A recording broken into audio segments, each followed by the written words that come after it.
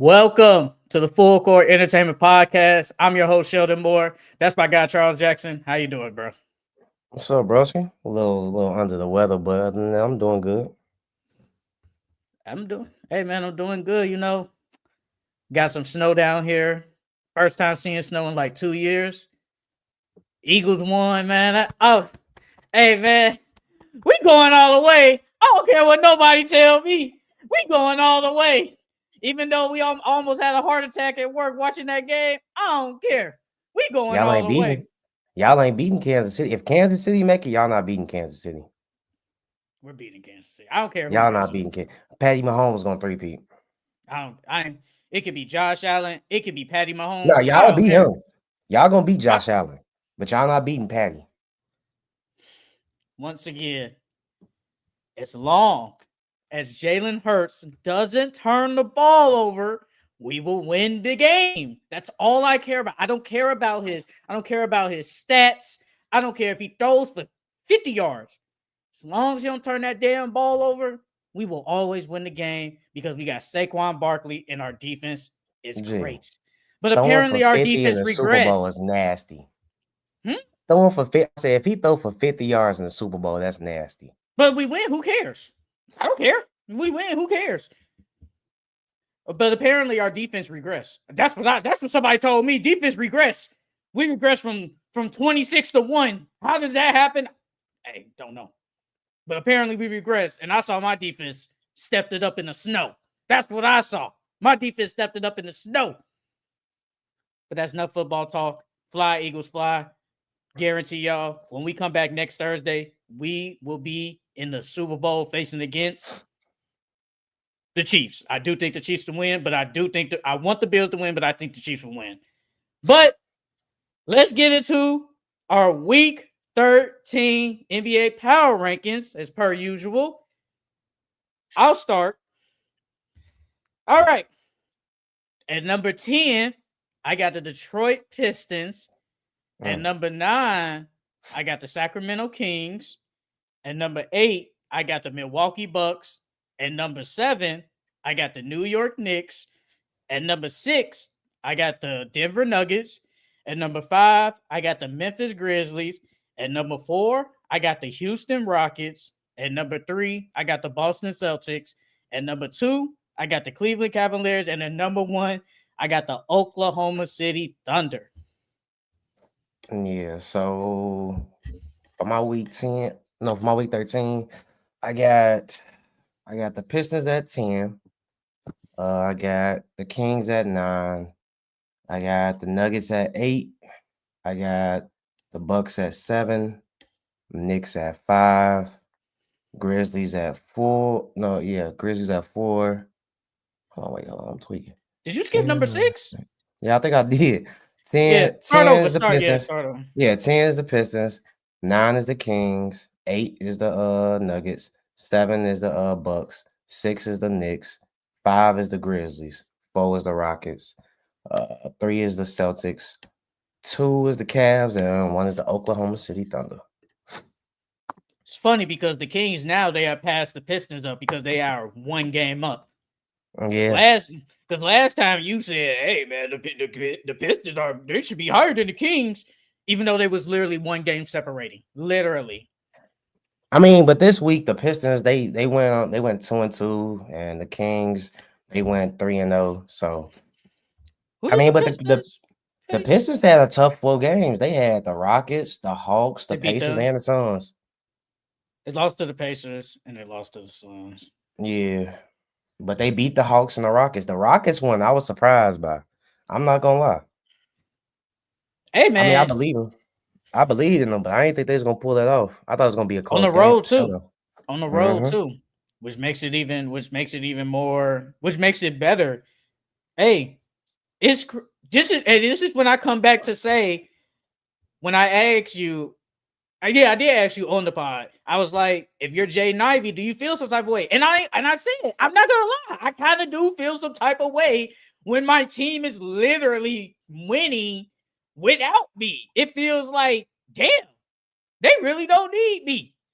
Yeah. Like, I would feel. You said you wouldn't feel no type of way. You just said I would want to be out there. But I do think as a player, you want to feel like, damn, they do need me. Yeah, you want to feel a part of the winning and the organization. You want to feel a part. You want to make sure you want to have that connection to winning with your teammates because that's how y'all build camaraderie. Uh, but I mean, he broke his fibula or his Fibula, tibula? fibula, Fibula. Yeah, he broke his fibula. fibula, so he should be back before playoffs for sure. Um, I I don't thought he think was he only out for out the for whole year. like 4 weeks. Yeah, he should be They back said he before was the out for but 4 weeks. he gonna have to come off the bench when he come back. You He gonna think so? have to. Because Yeah, they're starting. It's Cade. Tim. It's Tim Hardaway, Asor, Yep, Tobias, and sure. Jalen. Yep. But because now that since Ivy's been gone, Tobias has stepped it up because he had no choice but to step it up. And so I want to keep Tobias aggressive. We already know Jaden Ivey's going to be aggressive when he come in the game, but I want to keep Tobias aggressive. So you rather keep Tim Hardaway in the starting lineup? Yeah, space the floor some more. Because Jaden Ivey he can shoot, but we agree Tim Hardaway is a better shooter. So And Tim Hardaway. Ugh. I'm surprised they don't start Beasley. Well, you get that extra juice off the bench. I have no problem with getting that extra juice off the bench. And then it's not like he's getting less minutes. He's gonna get around the same. He's gonna get starter minutes, especially when there are times they might run a small lineup. They might put Asor at center or Tobias at center. They just I think it depends on how the game's going. If Beasley is hot, obviously you gotta keep him in the game. If Tim Hardaway is hot at that moment, you probably keep him in the game. I think it just really depends on how JB Bickerstaff does his lineups. But Pistons are 23-21. They're really good. They 60. Well, they're 7 seed, Yes, right? they are the 6 seed. Okay. Yes, they are a 6 seed. And right now, as of now, they're not a playing team. Who would have thought at the beginning of the season that the Pistons in I don't want to hear that. No. We ain't lying. We ain't lying today. You did not think they would be 6 seed. No, we're not doing that. I didn't think they was gonna be 6, but I definitely think they was gonna at least be playoff or make the play in or make the playoffs. I'm cool with that. I believe you on that. I definitely believe, but not 6 seed though. But that tells you. But low key though, if the Magic were healthy, they would probably be a 6 seed. They're in playing, and that's just injuries. Like they've been playing bad recently, but you said it last week. Two best players ain't there. Jalen Suggs and Franz Wagner isn't there. So it's really Franz supposed to be back though. When did they say he's supposed to be back? They didn't say, but he's supposed to be back in like the next month for sure. He's supposed to be back. What about Jalen Suggs? Oh yeah, he's still out. We don't know. Yeah, they ain't say we don't know yet. He's probably your best perimeter defender. So it's like, I mean, they've been going through it. You basically just blew a game against the freaking Raptors. Like, even though the Raptors are, maybe on that day you could say they probably had a better roster, but at the same time, we expected the Magic to probably win that game, and they lost. Yeah. And they lost that game because they was up big too in like the first quarter. They were up big. Next thing you know, the Raptors, they started out bad, then come alive late, then they blow them out. So it's like they've been going through it. They really have been going through it. That's why they didn't make they didn't make the top 10. Sorry, Louis. They not gonna make it, brother. You just lost to the Raptors, lost to the Nuggets, got smacked by the Celtics, and they got smacked by the Bucks.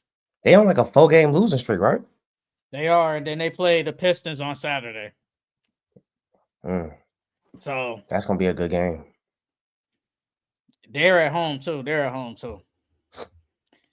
Where did you have the Bucks? The Bucks. I had the Bucks at 1, 2, 3, 8. Yeah, I had them at 8 too. But can you make an argument they should be higher? Let's see. They on a 4-game winning streak. They 2-0 this week. I mean, I wouldn't put them higher only because of their competition this week. Like if they would have faced some playoff teams or some decent teams, I would have put them higher. But they beat the Raptors and the Sixers. Like I can't. I mean, yeah, you went 2-0, you on a 4-game winning streak, but I can't put too much into that. But they've been playing really good basketball. Hey, I ain't gonna lie. The Bucks have been playing good, and Dame, he's had a bounce back year. If somebody look at the stats, if somebody looked at the like Damian Lillard's stats from last year, this year, they're actually kind of similar. But I feel like if you watch the games, he is actually having a really good bounce back year from last year. It's not like he had That's a what I was bad saying year about last Scoop. year.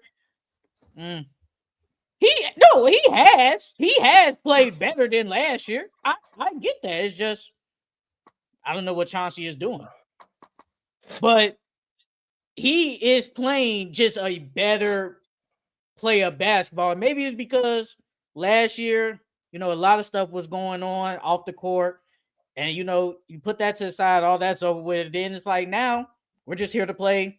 We're here to try to win a championship, and he's playing way better than he did last year.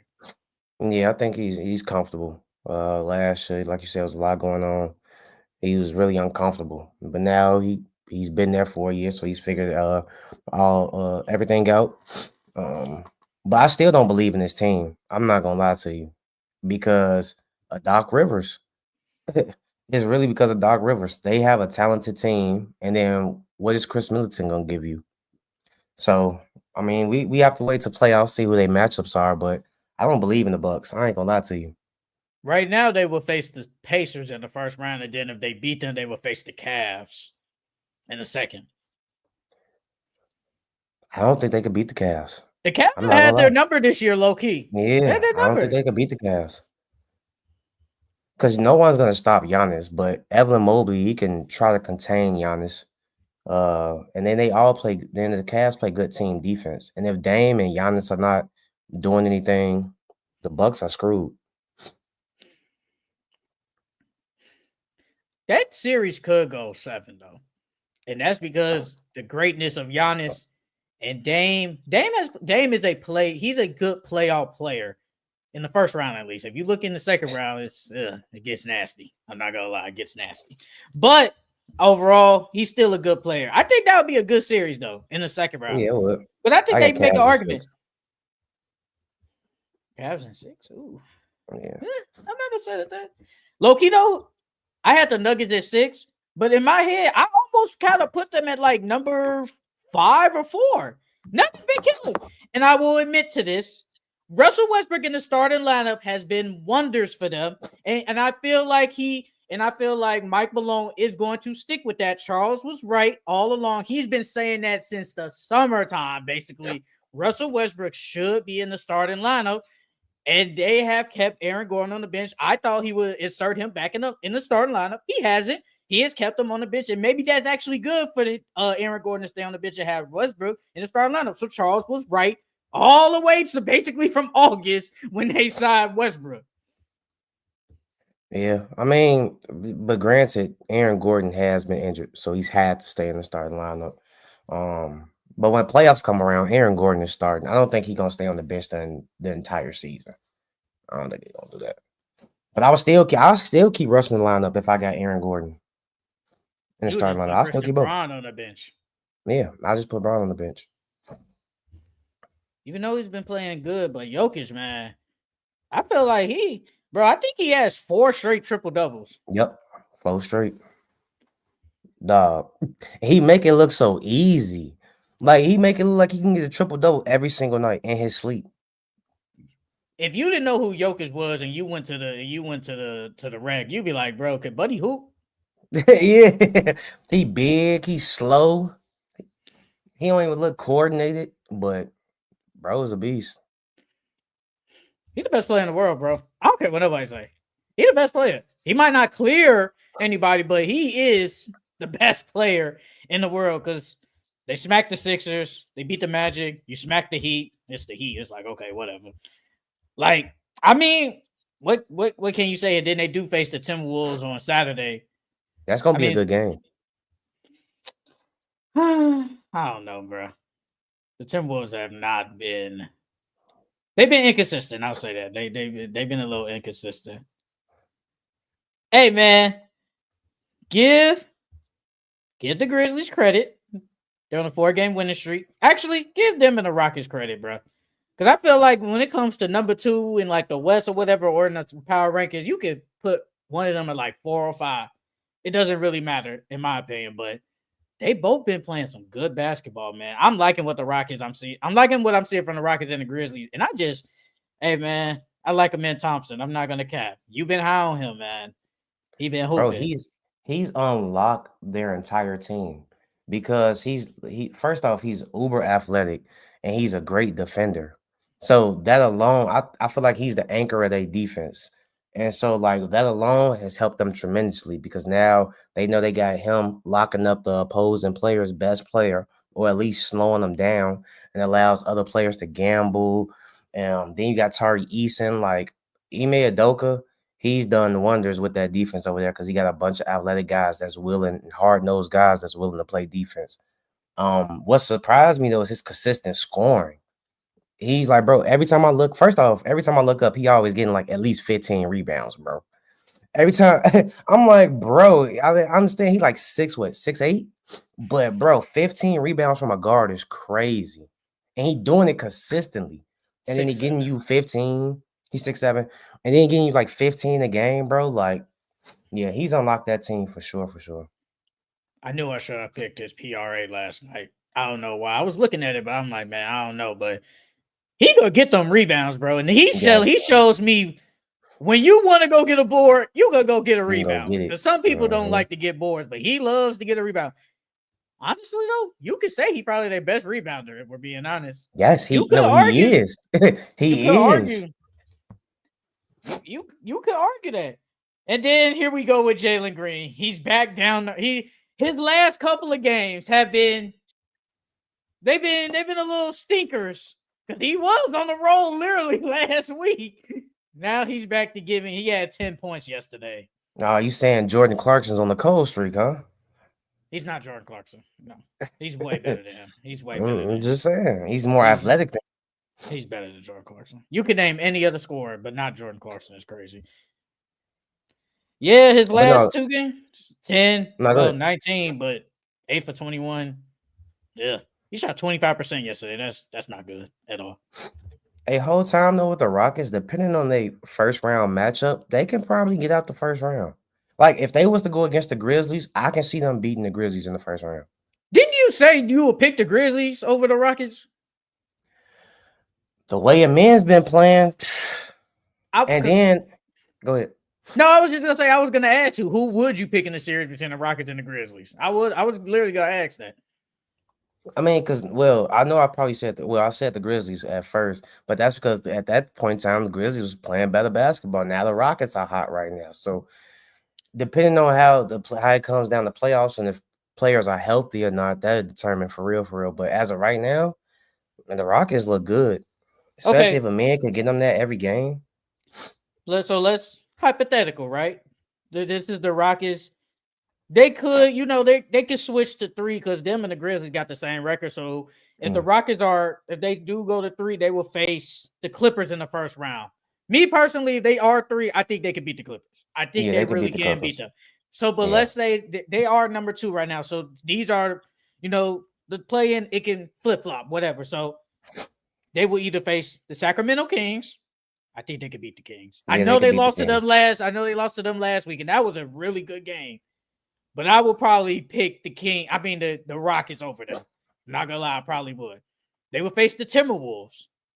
I think they could beat the Timberwolves. But Yeah, they could beat the Anthony Timberwolves. Edwards, man, if he goes off, I and would, if Julius Randle has a good game, depends. Good series. No. See, that was gonna say my only thing is Ant. If Ant goes crazy, I can see the Minnesota Timberwolves winning that series. Cause like, don't get me wrong, a man's a really great defender, but I don't think he can guard Ant. Cause him and Ant are like the same size. If not Ant's a little bit bigger. And Ant is just as athletic as him. So Shout out to the 6 people in the chat. Number at the next team, honestly, if I'm the Rockets, I don't want to play the Mavericks if they're fully healthy, bro. And it's crazy. You play all these good games, number 2, and then you could potentially got to face a healthy Mavericks team in round 1. I'm not gonna lie, I probably would pick the Mavericks. Didn't Lively just got injured though, right? 2 to 3 months with a broken foot. Okay. Okay. I thought it was worse than that. Okay. It ain't bad. Yeah, So fully he probably healthy come Mav back team. April. He probably come back. He's Yeah, gonna come back in April. a fully healthy Mav team is dangerous. Have you heard anything about Luca? The last thing I heard, I think it was last week, they said that he's going to try to make a return before the All-Star break. So Okay. that's in about 2 weeks, 2.5 weeks from now. Okay. Then they will either face the Phoenix Suns. I do think they could beat the Suns. Now Yeah, it they could depends beat on the Jimmy. Suns. It depends on Jimmy though. If Jimmy does get traded there, it depends. I think it'll still be a good. It could be a good series, but this Phoenix team right now, I would probably pick the Rockets. They smoking them. They smoking them, bro. They look terrible. Then you could potentially face the Warriors or the Spurs. They could beat both of them. So I mean, the Rockets. I mean, from how it sounded, they really don't have a competition. The only team I really see is maybe the Timberwolves and a healthy Mavericks team. Yeah. I don't want to face a healthy Mavericks team in round 1, bro. I ain't gonna lie. I don't want to face because they ain't nobody on that team stopping Luka. And then you got Kyrie going crazy. And it goes the same thing with OKC. They could potentially face a healthy Mavericks team in round 1. I'll pick OKC though. I ain't gonna lie. I think they get their revenge. Oh shit! Damn, dude. Oh, bless me. And then obviously our top 3 is probably the same as usual: Celtics, Cavs, and Thunder. We're gonna get into Shea dropping 54, obviously, but it's usually the same 3 teams with us, man. Celtics always dominate, even though they haven't been playing up to their standards. But the Cavs and the Thunder, pick your choice, flip flop 1 or 2, doesn't matter to me. But that is it for our Week 13 Power Rankings. Let's get into our NBA takeaways. But let's start with the game last week. The OKC Thunder and the Cleveland Cavaliers faced off on Thursday night on national television, and the Cavaliers got smacked. Smack, boy. Oh my God. Bro, in my head before the game, I'm like, Donovan Mitchell not going to do this again, bro. He going to show up this time. I believe in him. I placed a bet on this man. I think I only did it for like 20. I think I only did it for like 20. No, that was the last game. That was the last time they faced him. Bro, the man, hold on, what the game at? What the game at? I mean, I think he had like. He was 3 for 15, bro. 8 points. 8 he was points, a minus bro. 28 on the court. He was a minus 28. Come on now, dog. Come on now. We can't have that, man. Your second game against them, you supposed to have a bounce back game, and you did worse. He was supposed to have a bounce back game. And did worse, bro. Like, oh my God. Darius Garland showed up. He gave you 20 and 9, but it still wasn't enough.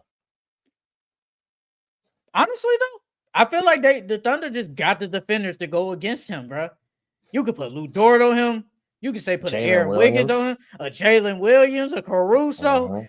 Bro, it don't matter. It don't matter. You can do anything. And the thing is, they didn't even really have a center. Obviously, the other Jalen Williams is playing center, but he isn't really all that. I think he's like at most 6'8". Bro, but he's just not it. I don't even think he's 6'8". Well, no, he's 6'9". My bad. He's 6'9". And I mean, they had Jared Allen, Mobley. They were healthy. And they still got smacked. Yep. But the thing is, I felt like the Cavaliers, they was down by so much. They started to play an OKC game and start taking the bigs out and start running small lineups. And it's like, bruh, the big lineups is what helped you get here, and that's what helped you last game. You win. That's what helped you win. And they went away from that, and got smacked still. Because see, the thing is, if they would have continued that strategy, not only would it have put pressure on OKC, they would probably got them in foul trouble as well. You got Evan Mobley and Jared Allen down there, and Jalen Williams and Luke Dort, and them gonna have to come down and help because they're your strong defenders. They're the only ones that can really bang with them. So you get Luke Dort in foul trouble, that takes a lot of pressure off Donovan Mitchell now. and Darius Garland. So yeah, I think they should have just stuck with it. Lou Dort had Sucks. 22. Shea had 40. Very efficient. Jalen Williams had 19. I think I picked Jalen Williams for his PRA. I think that game he did not do that. He'd be selling. But I mean, as of right now, if this is the finals, who would you pick? Thunder. I give them a Picking the gentleman Thunder. sweep 4-1. I give them 4-1. I think it'll be Whoa! 4-1. 4-1? For If real? they get a healthy Chet and a Hartenstein back, look what they just did to them without them. Not even 6? They can't get 2 games. They can't get 2 games. Nope. 4-1. I ain't gonna lie, I didn't expect that. I know I didn't expect that. Wow. They can get 1 game. They not winning at OKC at all. And they could probably get 1 at home. Wow. Okay. What did they get Cam Johnson? Who, the Cavs? I think it'll go 6. It'll go 6. I still got OKC though. Wow, gentleman sweep is crazy. Gentleman sweep is crazy. But shout out to the Thunder though. They probably think they should have won against in Cleveland. The Cavs. They think they probably should have won against the Cavs in Cleveland. Mm-hmm. They come back in OKC, smack them boys up, man. They at one point they was up at like 30 something. Is Shea your favorite for MVP now? Right now? Yep. Even with this 54 performance, he gotta be, bro. I think he's closed the gap. But I'm still sticking with Jokic. But I think the gap it was like this. It's about right here now. I ain't gonna lie. He's closed the gap, bro. I think it's really close. I got Shea ahead just like by a hair. Like he's not that far ahead, but it's definitely close for sure now, bro. Because I feel like he wants this MVP. At this point, it's getting ridiculous now, bro. Like he's just dropping 30 with no problem. He has the best mid-range game in the game. It's unstoppable, bro. You gotta put KD up there. You gotta put KD up there, bro. I mean, bro, I get it. I understand that. And Book. His might be better than Books, bro. I ain't gonna lie, bro. Like when it's automatic. KD's automatic too. Don't get me wrong. And I like Booker's game, but right now this year, it looks unstoppable, bro. Bro, Shea is shifty. Got good handles. He could literally get to a spot at will if he chooses to. He's starting to do pull-up threes now. He never was doing that. Now he's really starting to do that. And then he's hitting them. Bruh. You low-key know who he remind me of? Sean Livingston, bro. His mid-range game, bro. Him and Sean Livingston, they're gonna do the same thing in the mid-range, bro. And Sean Livingston was automatic from mid-range too. And they both tall, lanky, wiry, strong defending guards. And Sean Livingston was a beast before he got that knee injury. People forget that when he was on the Clippers. Hey, I looked up the defensive player of the year because we was talking about last week, I think, of Dyson Daniels. He wasn't in the top 5, low-key. He was not in the top 5. It was Wemby, Jaren Jackson, Mobley. That was the top 3. Shea was actually in there. Shea is like number 5. Some. They glazing. They just glazing. But Shea is a good defender, though. Is he the best defender on his team? Is he a better defender than Dyson Daniels, though? This year? Probably not. But I feel like it's automatic. I think it's just the totality of the defense and how they're like number 1. Well, at least in the top 5. Because they had like the best defense ever. Or stats-wise, they got like the best defense ever. Francisco, my boy.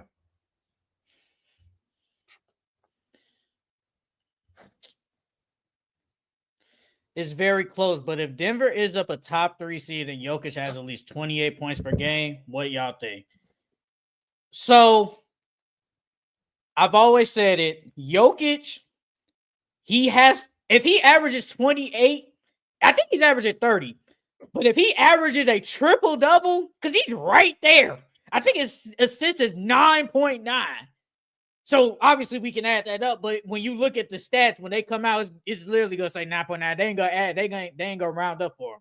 If he gets a triple double, and they are a top 3 seed, I think he will get it. I'm not gonna lie. But Shea is killing, and he has the record. They are clearing the Western Conference right now. They're clearing them, and he has that on his side. So I think he can get it low key. Yeah, if he's even if he drops down to 28, if he just keeps if he gets that triple double, they gonna give it to him. They're definitely gonna give it to him. Right now, they're 27-16. They're 9 games out of first. They're most likely not going to catch OKC. Obviously, that's not going to happen. He's averaging 30 points, 13 rebounds, and 9.9 assists per game. Man. I mean, man, I don't know. Yeah, but I think if he can get that triple double, he got a chance. I'm not gonna lie, and he's shooting 56% from the field, and 47% from 3. Hey, he got a chance, bro. I ain't gonna lie. He got a chance. Hey, but that 54 shade drop, G, he made it look so easy, bro. Like you can clearly see it, bro. It looked like he was out there just working out. I ain't gonna lie to you. It looked like a summer workout session the way he was out there killing them, bro. I'm like, dang. And it's like they couldn't do nothing. All they did was just sit there and watch, bro. Like he hit Colin Sexton, bro. And then he did a step back. Colin Sexton was all the way under the free throw line. Shea just by himself pulled up, smack. And they just sitting there watching the ball go in. It was crazy. But it was a close game the entire game, though. It's so crazy. He attempted 35 shots. The next person was Jalen Williams with 18. And the next person was really Aaron Wiggins with 7. He was hot. Give him the ball. Go to work. Hey, he's 17 from 18 from the free throw line. Hey, he a free throw merchant. But he said he don't care that people call him I don't need it. He said I don't. When he dropped that 40 ball, he was like, I don't need it. He said he don't care if he a free throw merchant. Me personally, I don't care. If you could get, bro, if everybody gets to the line, everybody will do it, but they don't do it. If it was that easy, that's a skill. In my opinion, that's a skill. No, yes, bro. That's a skill. That's what makes a scorer. Dwayne Wade, Michael Jordan, Kobe, LeBron, free throw line. Get to the free throw line. Get easy points like that. All right. So, what do you have? Any takeaways? Do you have anything? Yeah, I do. That Hawks and that Celtics game. One, Jason Tatum low-key blew that game. I'm not gonna lie to you. He missed that free throw in the end that would have put them up 3 instead of 2. And then they came down and Drew Holiday fouled Trey. He knocked it down and they went into OT. Then Jason Tatum had a wide open 3 in OT. And if he would have knocked down, it would have changed the whole momentum of the game and would have put them up. And he did knock it down. And then my boy got into it with Okongwu in OT. I'm like, oh, so now Jason Tatum, you trying to show people you tough. Like, bro, like just go out there and hoop. I think he in his head too much right now, bro. Because they was not supposed to blow that game. They was supposed to win that game, bro. And they lost it. They had a late turnover in the 4th. That day was up like what, 4? And then they had that turnover, or like 2 or 4 or 3 or whatever they was up. And they had that turnover, Hawks come down, score. Like, that's unacceptable, bro. Well, honestly, nobody really played good that game. 7 for 21 for Tatum, 9 for 27 for Jaylen Brown for 24 points, 7 for 20 from Derek White with 21. Drew Holiday, he didn't really have a good game. Honestly, nobody really had a good game. Like, this is what I'm talking about with the Celtics. They haven't been dominant, and you've always said it, at least the past couple of weeks. They're coasting. I think they're coasting, and you're right. They could probably care less about this regular season. They just waiting to get to the playoffs. We know we're good enough. If we literally do what we're supposed to do, we probably blow out every team. But it's like we're coasting. Let's just get to the playoffs healthy, and then let's show them what we got. Yeah, I think they're gonna try to rev it up probably like the last month of the season before playoffs.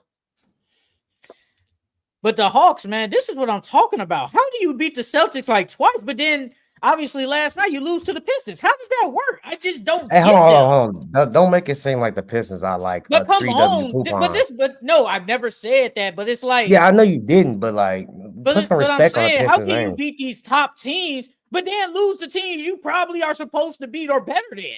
Like, I don't get them. I don't really get them. Yeah, I mean, me personally, they don't got enough scoring, bro. They Who, the like, Hawks? yeah. Besides Trey, DeAndre Hunter's picked it up. Jalen Johnson's been consistent. But other than that, who could go out there and really get their own bucket like Trey? Well, really, the only person that probably can't get their own shot is probably Jalen Johnson and Bogdanovich. They probably the only ones that can get their own shot. Yeah, they just like you remember we was talking about Brandon Ingram. If Brandon Ingram go there, I would be confident in the Hawks to make some noise in the playoffs. It depends, like I said, who you got to give up. You got to give up somebody But though. yeah, the Hawks are playing good. If they can get a Brandon Ingram, they can turn this team around tremendously. Because I don't think nobody expected them to be this good this season. Who, the Hawks? Yeah. What do you mean? What's the definition of good? I mean, what they are right now in the East? What's their standings right now in the East? I think they're 7. I think yes, they're in 7. They're 22 and 21. I didn't expect them to be 21 and you said what was the record? 21 and what? 22 and 21. 22 and 20. I didn't expect them to be 22 and 21 right now. So I from thought they 40 would be games, under. I thought they at least be under. So what, like okay, the Bulls record is 19 and 25. You thought that? Yep. Thought that. I mean, I kind of agree with that. I'm not gonna lie. The Hawks, they've been like this forever. They've been mid.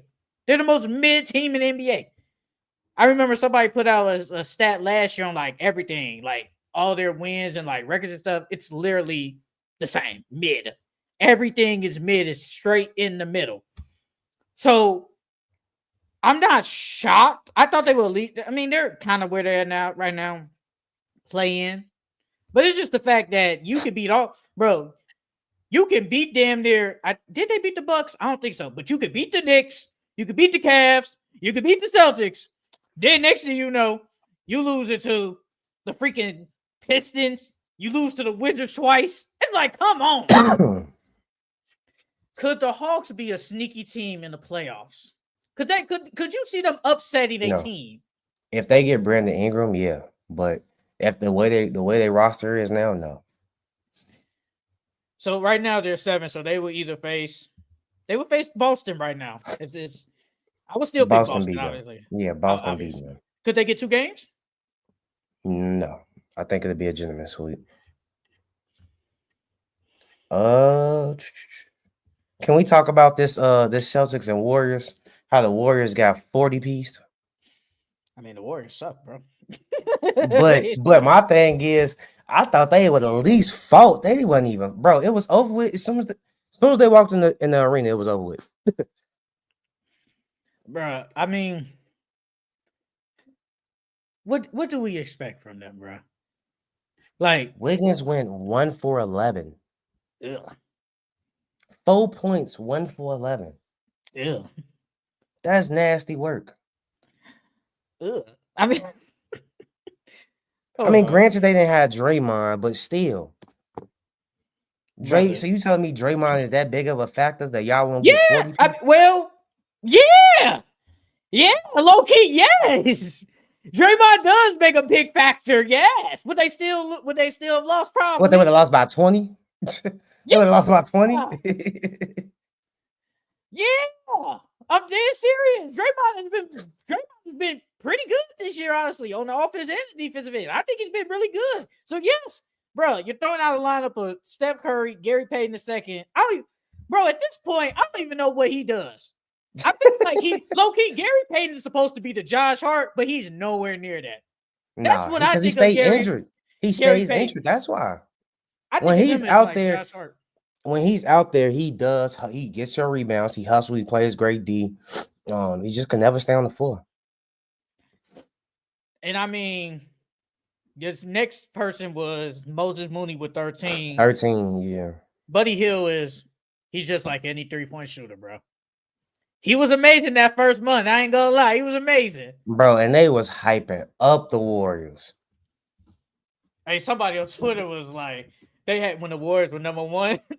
When the Warriors were number one, it's like it's looking kind of lonely at the top. I'm like, brother, And now shut look up. what they at. Now look what they at the bottom. Well, they ain't the They have to bottom, play bottom, it. but They have to play it. yeah. I mean, that is damn near the bottom. You have to play it. I mean, with Steph, Wiggins, and Kuminga been hurt, so it's like Francisco say he went 1 for 11, a goddamn Clay tribute. Klay Thompson, so far he has not been. He ain't lived up to the height that they wanted. Nah, he ain't had I wouldn't say it's bad, but it ain't good either. Like it's been passable. Like you've been playing okay. You've been playing good enough to keep your job. He's averaging 13 points, 3 boards, 2 assists. What's his last couple of games been? You would think he would play better when all of them out. Last games he had 7 points, 2 for 5, 6 points, 2 for 7. He had 12 points, 5 for 12, 8 points, 3 for 8. Then he did have a 25-point game against the Nuggets. Then he had a 3-point game against the Blazers, 1 for 6. And the rest have been okay, I guess. Oh, Clay stinking it up out there. Not gonna lie. Clay wash. I was just gonna say, is Clay washed? He's washed. Right now, at least he's washed. But maybe whenever Luka comes back and they're actually healthy, it might actually help. It might benefit him when like Luka comes back. Whenever that would be. Man, I ain't got no more takeaways. I got like a couple. CJ McCollum. Hey, CJ McCollum, man, I think he might get traded. He been hoping. He trying to get that trade value up. He trying to get that trade, bro. He trying to get up out of that. Where he gonna go? I do not know. I'll be interested to see where he goes. I wish I would have. I could have looked up what teams were interested in him. What if he goes back to the Bucks with Dame? CJ, Dame, Giannis. I mean, of course they probably give up Chris Middleton. Okay, it's not bad. Does that not put you over the top, but does that move the needle for you? Because, like you said, you would pick the Cavs over the Bucks. Does that help them against the Cavs? Low key, yeah, I think so. Because nobody on that team could guard Giannis, and then you got 2 high-level threats on the perimeter like that. Who gonna guard them? Because Donovan Mitchell or Garland gonna have to guard now. Because before, all you really worried about, one of them is just worried about Dame, and neither one of them has to guard him because they could probably put a Coro or somebody else on him. But now, if you got CJ and Dame, one of them got to guard him.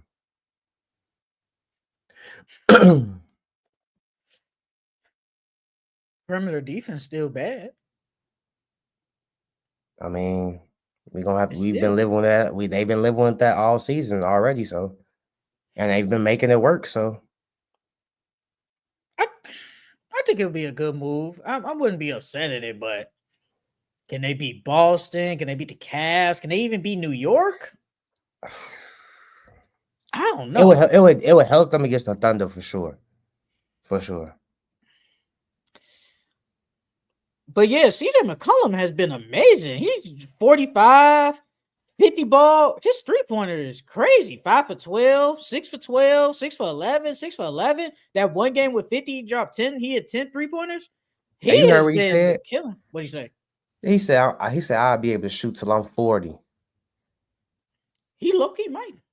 I wouldn't be now, shocked. Can he play in the league till he's 40? I don't know. I don't know.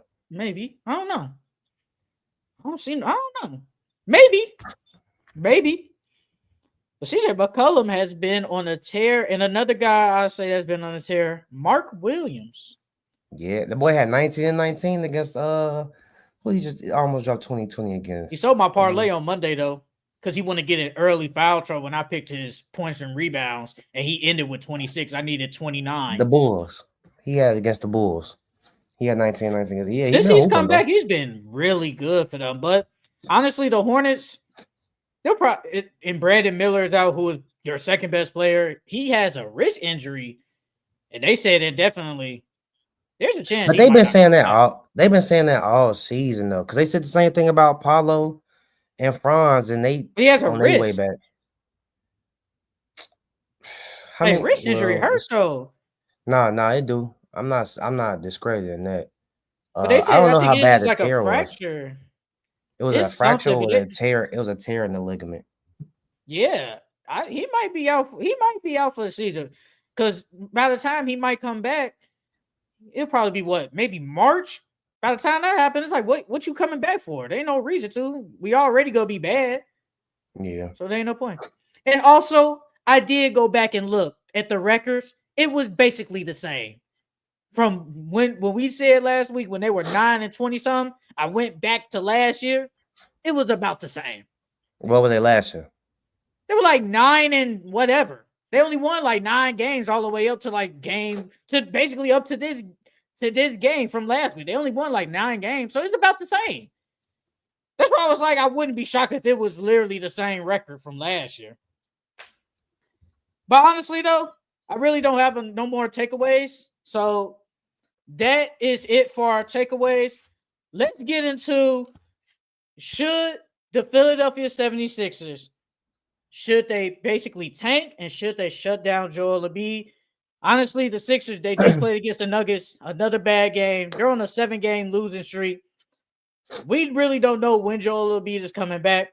I actually put out a video last year, basically around this time, and with my old co-host, and I asked him, I said, do you think should they potentially move on from Joel Embiid? I think he said yes. But I said I wouldn't do it I said this summer, so that was last summer. But I said if it ain't working out, they should think about trading them this coming up summer. So basically, I'm asking you, should they shut down Joel Embiid for the season? And is it time to basically move on from the process? I think they should tank the rest of the season. Because they have their own lottery. I mean, they have their own draft pick this year, right? They own first round, right? Yes, I think so. I'm about to look that up right now. And so if they have their own first round draft pick, I'll just tank the season, get you a high draft pick if you can. Try to flip that and get some more pieces to surround around Maxi, PG, and Joel. But I'll shut them down for the year too, so he can get healthy and be right for the next year. Because this season is a wash already, bro. They're not gonna, if anything, they could probably make the play in, if that. But it ain't gonna do nothing for your season. You're not gonna win a chip this year. But I wouldn't let him go just yet. I wouldn't let him go. I want to see what this Maxi, Paul George, and Embiid trio looks like first before I just get rid of him and throw him away. Okay, so this pick is protected 1 through 6. So it has to be in the top 6. If it's outside, it goes to OKC. And right now Well, it's at number 8, so it will go to OKC.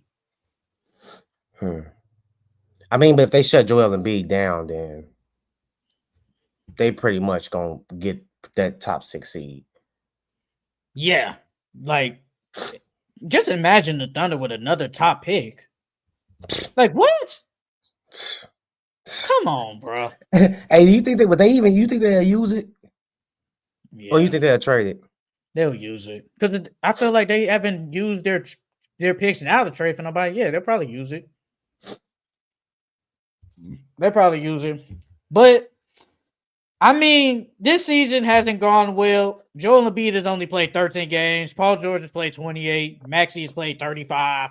Those are your core, your big 3. Jared McCain has played 23, out for the rest of the season. It's like, what are we at this point? What are we doing? The process is probably over at this point. Honestly, I feel like as long as Joel Embiid there, they will keep saying the process is still going, but they haven't been good. Like they're on a 7-game losing streak. I did not expect this. I think a lot of people did expect that. So I think they should consider thinking about trading him. Because somebody go trade for the man. I don't care. They don't matter. He worth something. He might be injury prone, but he worth something. I think the Sixers should consider it low key. I really think they should. Now, am I trading Paul George? No. Maybe after next year I will. Maybe after that. Tyrese Maxey, I keep him because the thing is, Paul George, because I put down their contracts, he getting paid 4 years, 154. You getting 49, 50, 54, and 57 with a player option. And especially what he's playing now. Who wants to trade for that? Nobody wants to trade for somebody 50 something. The same with Joel Embiid. He got 5 for 27. So he getting paid 51, 55, 57, 62. And they got a 67 million player option 28. So it's like, if you're the Sixers, you do have to consider it. Or maybe you just say, this is the wash year. Let's just wait until next year. This is just a wash. They should just wait till next year. Try to get you a nice lottery pick and just wait next year. But low-key, I said the same thing. I said, because I was like, because this is when he tore his meniscus, and I was like, he's going to come back, but I said he shouldn't come back, and I think this is what's going to happen. He's going to keep playing, but he really should be shut down. Because, bruh, he's staying hurt. I got a question. Should he have played in the Olympics on that messed up knee, basically? No. He should have just sat. I mean, granted, he would have had more rest than what he's had now, but I still don't think it would have mattered. Even if he didn't play, I still feel like Joel would have been missing games this season. Would he have missed as much? Probably not. I think he just wanted to play for Team USA and win that gold medal, bro. Hey, man, that gold medal just means something to some people, but he chose to play. It is what it is. They're 15-27. They're 11 in the East. And I think that is the reason why they're not going to shut them down, because they can still make the play in. Now, if you want to be happy to face either Boston or Cleveland get smacked, hey, that's cool. But they're basically like the Bulls. The Bulls see, hey, we're in the play in. We can make some noise and we can get in there. And I think that's the Sixers. We're right there. We just need to freaking win some games, and we need the Bulls or anybody else to just play bad, and we can make it. So they might do it. I mean, but what's the point of that? Because you get to the play-in, you play the Cavs or you play the Celtics. Joel Embiid is still on one leg, and you don't even make it out. You don't even make it out. Damn, that season was a waste when you could have washed. You could have washed this season away, had a decent draft pick, flip that, use that, or whatever the case may be, and have a healthier Joel Embiid for the next season.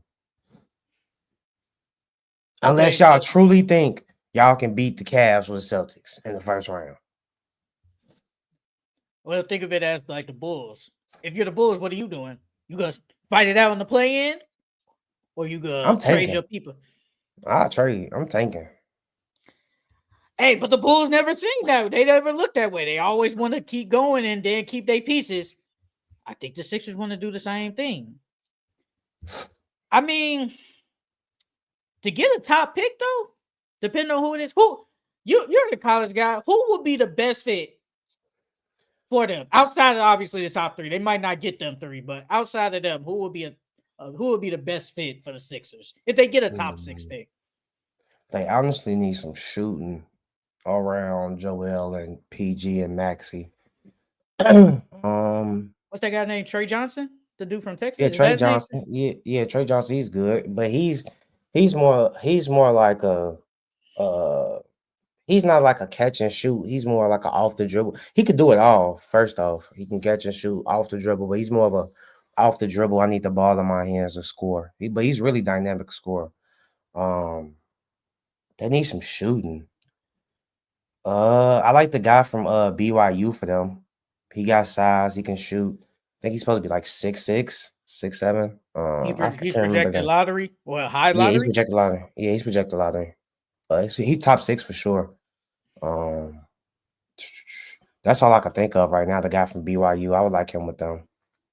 Okay, so out of the top 3, Cooper, Ace, and Dillon, who was the best fit for them? Who's the best out of those 3? Who's the best fit for the Sixers? Cooper, Ace, or Dillon? Yes. Low key, Dillon.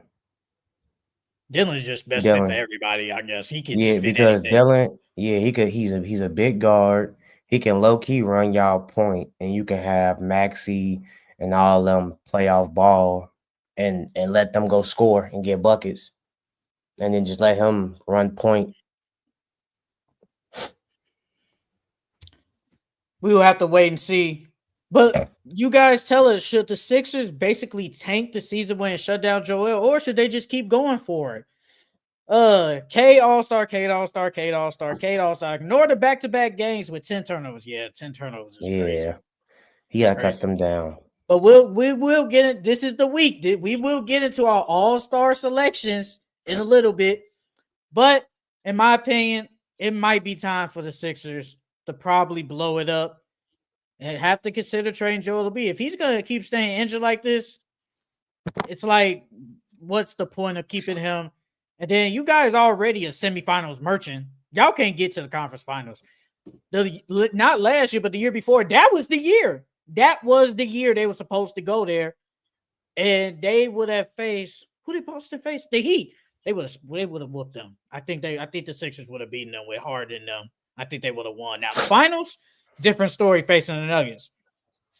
But when they sold that game in Game 6, when Tatum dropped 68 points in the fourth and then dropped a 50 ball in Game 7, they sold. They should have won in Game 6, and that was the year. That was really the year. But the Sixers, I think it's time. But that is it for should the 76ers blow it up. Now, let's talk about it. Jimmy Butler gets suspended by the Miami Heat again because he missed the team flight. And also, to go with it, it was a trade. I think it was on Tuesday. It was a trade between the Suns and the Jazz. The Phoenix Suns traded their 2031 first round pick for the Jazz for 3 first rounders, a first and 25 of Cleveland, Minnesota, and Minnesota in 2029. They get 3 picks for 1. Now, obviously, there's no players in a casual person say, bro, it's just draft picks. But when you look at it, they are trying to get Jimmy Butler. They are trying to get Jimmy Butler, and they can use that as ammunition to potentially get him. And low-key, though, that 2031 pick actually might be valuable because we don't know what the Suns are going to be in the next, what's that, in 6 years? 6 years. Yeah.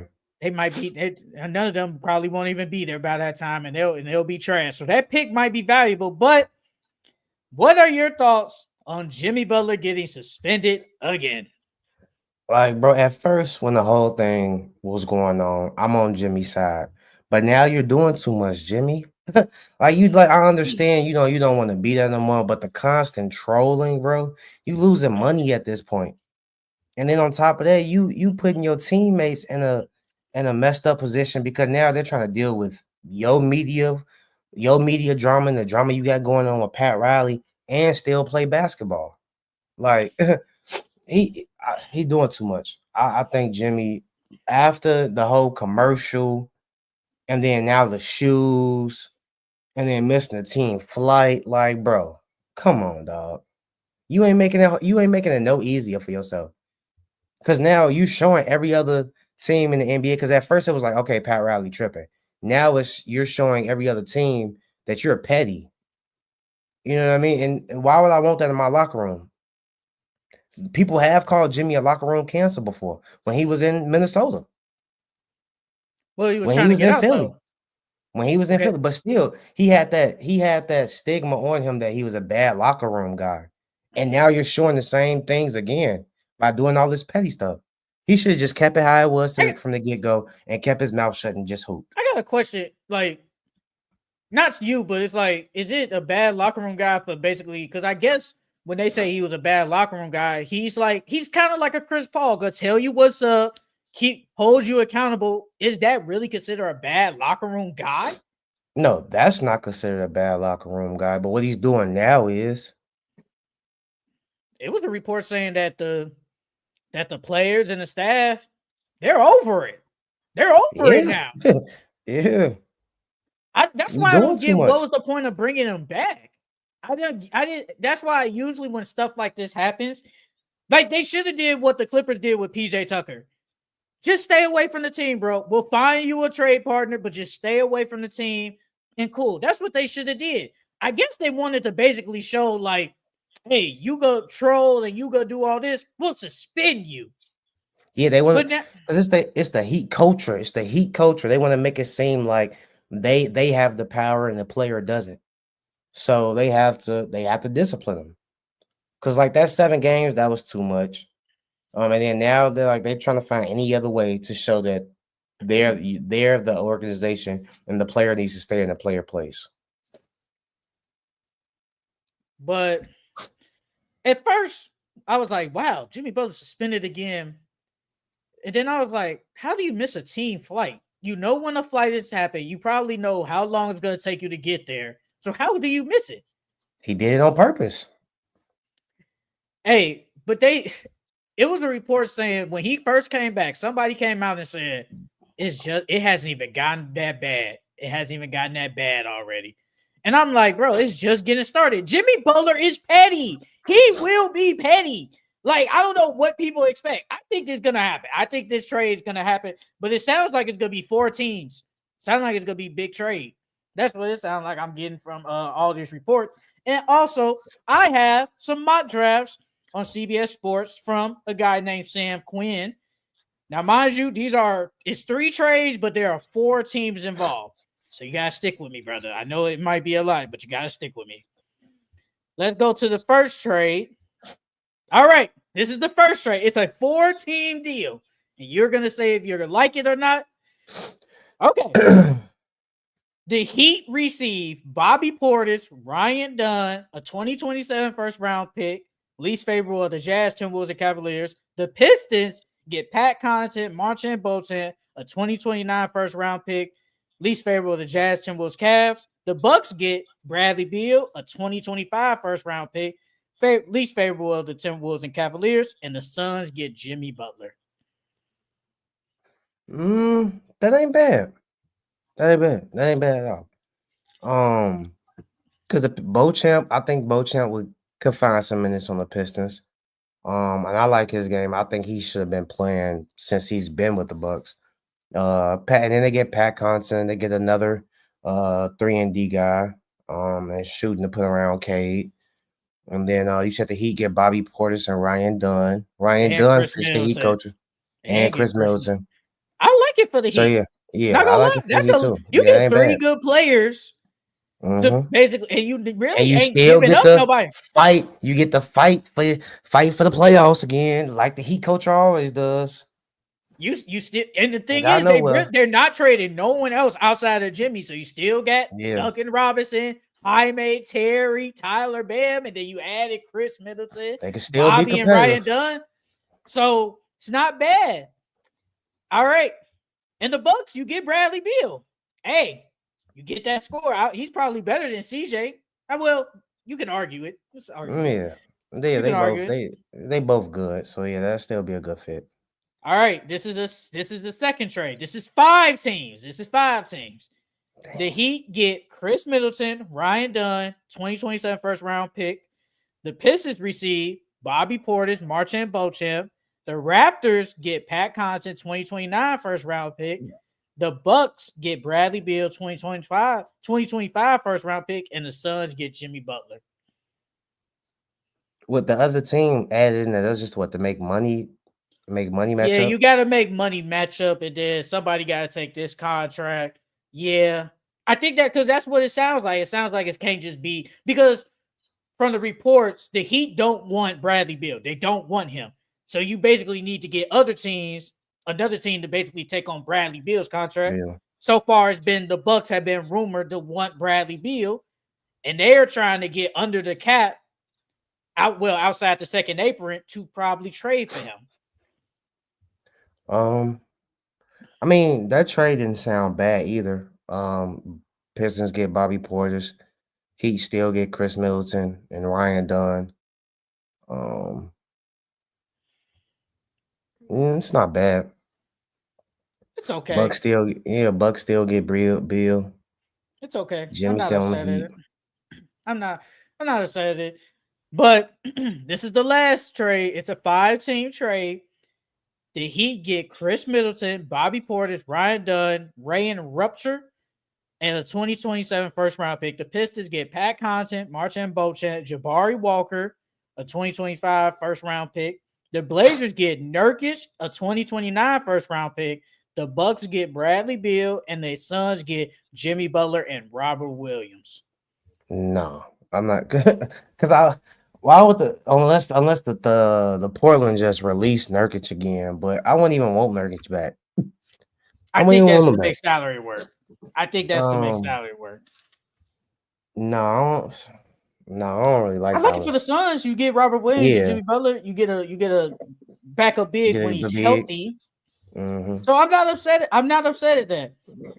But outside of the trades, there Bradley Beal will, according to yesterday, there are reports saying that them and the Bucks is non-existent on potentially Bradley Beal going there. But before that, there was a report saying Bradley Beal was open to waiving his no trade clause to the Bucks. How do you feel about Bradley Beal on the Bucks if they do trade for him? If they do, like I said earlier, I like it. They get another score. That can take pressure off of Dame and Giannis, and then they get another shooter too. And it's not like Bradley Beal hasn't played off the ball before. He's played with John Wall. Um, he's played with Book and KD, and then on top of that, he can run with the second unit. Because one thing Doc has done well is splitting up Dame and Giannis's minutes so they both can eat. So I think even when he gets Bradley Beal, that'll help Bradley Beal and it helped their team be more balanced scoring wise. So yeah, I like it. So you would I put like it Bradley a Beal lot. on the bench. No, I'll still start him. I'll still Oh, start. I'm okay. just saying when you stagger their minutes throughout the game, Oh, okay. let him run with the second unit more. Okay. But no, yeah, I like it. I like it a lot. The only thing is, who they gonna start over Chris Middleton? Are they gonna start Bobby? Well, Bobby will probably be I would gone keep anyway. Andre, maybe Andre Jackson still. Still keeping the starting lineup. Okay. And then, yeah, Giannis, Brooke. Oh, yeah, Bobby is good. Bobby most like, well, depending on these trades, obviously, Bobby would be gone. Man, that Gone. bench could Yeah. be bad. Yeah, it's That gonna bench be could be bad. bad. It's gonna be It's gonna be bad. bad. But overall, I like Dame on the Bucks. Honestly, I feel like they probably do need a third consistent scorer on that team. It's usually sometimes Bobby Portis, Brooke Lopez, but they're not the scorers as Bradley Beal. Your defense probably takes a hit because Chris Middleton is probably a better defender than Bradley Beal. Bradley But Beal. Bradley Beal is probably just a better player overall, can still handle the ball, a better scorer, probably most likely a better shooter. So I do think it helps. Does it move the needle for me? I It don't think depends. so. It depends on who they face. I mean, Cavs, Celtics. Like, I mean, we're gonna or Like Knicks. or Knicks. I think they Because you're could gonna beat have the to go Knicks. through them. You got to go I through think they them. could beat the Knicks with Bradley Beal. The Cavs, I think that would be a close one. The Celtics, I don't think they have enough to beat the Celtics, even if they do get Bradley Beal. Gilbert Arenas said if they get Bradley Beal, he's picking them over the Celtics. That's what he Mm. said. Like he didn't think about it. He said, "I will pick the Bucks over the Celtics if they do get Bradley Beal." Mm. But Uh, overall, with just the Jimmy situation, enough is enough, man. And this time, they might not bring that man back. I will hope Pat Riley doesn't bring the man back. no, he's not bringing him back, bro. I don't think so. Low key, he probably will. I wouldn't be shocked if he did bring the man back into that locker room. Because I know you saw that video when Tyler Hero tried to hype him up in the pregame, and he's just like, Mm-hmm. brother, he's like, man, I'm just here so I won't get fined. He tried to, bro, he don't want to be there. And have you noticed his shot attempts? Bro, I look up, he only attempted like 7-9 shots a game. Yeah, Come on now, yeah. bro. He I mean, just but out see, there. but if you bring him back in the locker room, bro, he costing y'all games at this point. The Heat are a type of organization where they at least want to fight. If we lose and we don't make the play-in, that's fine. But at least we fought and we tried. But with Jimmy, that it's like y'all selling games on purpose. Him only attempting 7-9 shots and you still playing him in the fourth quarter, like that's nasty work, bro. bro. Just trade the man, G. Just trade. And I get it. You ain't trying to trade for no BS. But now I feel like you're kind of holding out. Like, Pat Riley, do what you're supposed to do, bro. I know you've been selling the past couple of years. You've been selling. Everybody knows you've been selling. But do the right thing and trade that man. It's gonna be Phoenix. It's gonna happen. Now I don't know. I don't know when the trade. I don't know how it's gonna look. But I do think it's gonna be like a 14 trade. I think that's gonna happen. When is deadline again? February 9th? 21st? Oh, I thought it was No. like the 21st. It's before All-Star? Yeah, they changed it before All-Star. Oh, February 6th. February 6th. So that's in 2 weeks, basically. That's 2 weeks. Yeah. And we will be live that day. Trade deadline special. Well, actually, it'll just be a regular show. But low-key, though, I will say this. When Jimmy Butler breaks, depending on what I am doing and probably what CJ is doing, we will go live and give our analysis on the news of Jimmy Butler getting traded to wherever. We will go live. I know I will. Him? I don't know. But I know I will. But Jimmy Butler, you're tripping, brother. It's okay. You don't have to be petty. Bro, did you see Gilbert Arenas? He tried to save Jimmy Butler talking about the shoes he was wearing, talking about that's the Heat colors. Brother, that is definitely Suns colors on the shoes.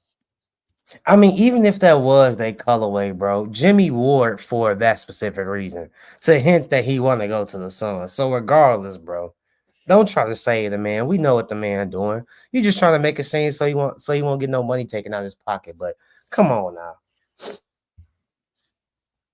This isn't a Jimmy Butler topic, but it was a trade, and it has nothing to do with Jimmy Butler. It has something to do with the Warriors and the Rockets. And somebody said something, but let's end it with that. That is it for Jimmy Butler getting suspended for the second time. This might be real quick. I got a trade. Kevin O'Connor. He said he believes it's time for Steph Curry and Draymond Green to ask for a trade, and he made up a trade with the Warriors and the Rockets. All right. The Rockets get Steph Curry, Draymond Green, Buddy Hield, and Lenny Waters, and the Warriors get Fred, Cam Whitmore, Steven Adams, Reed Shepard, DeJounte Tate, 4 unprotected first-round picks, and 3 first-round swaps. Damn, what they doing? Trading the whole team? They swapping teams? Well, Steph Curry makes almost 50, so you gotta make the money match. Draymond probably making 20 something. You gotta make the money match. So it'll be Steph, Jalen Green, Amin, Draymond, and Sengun. Oh, Jabbar.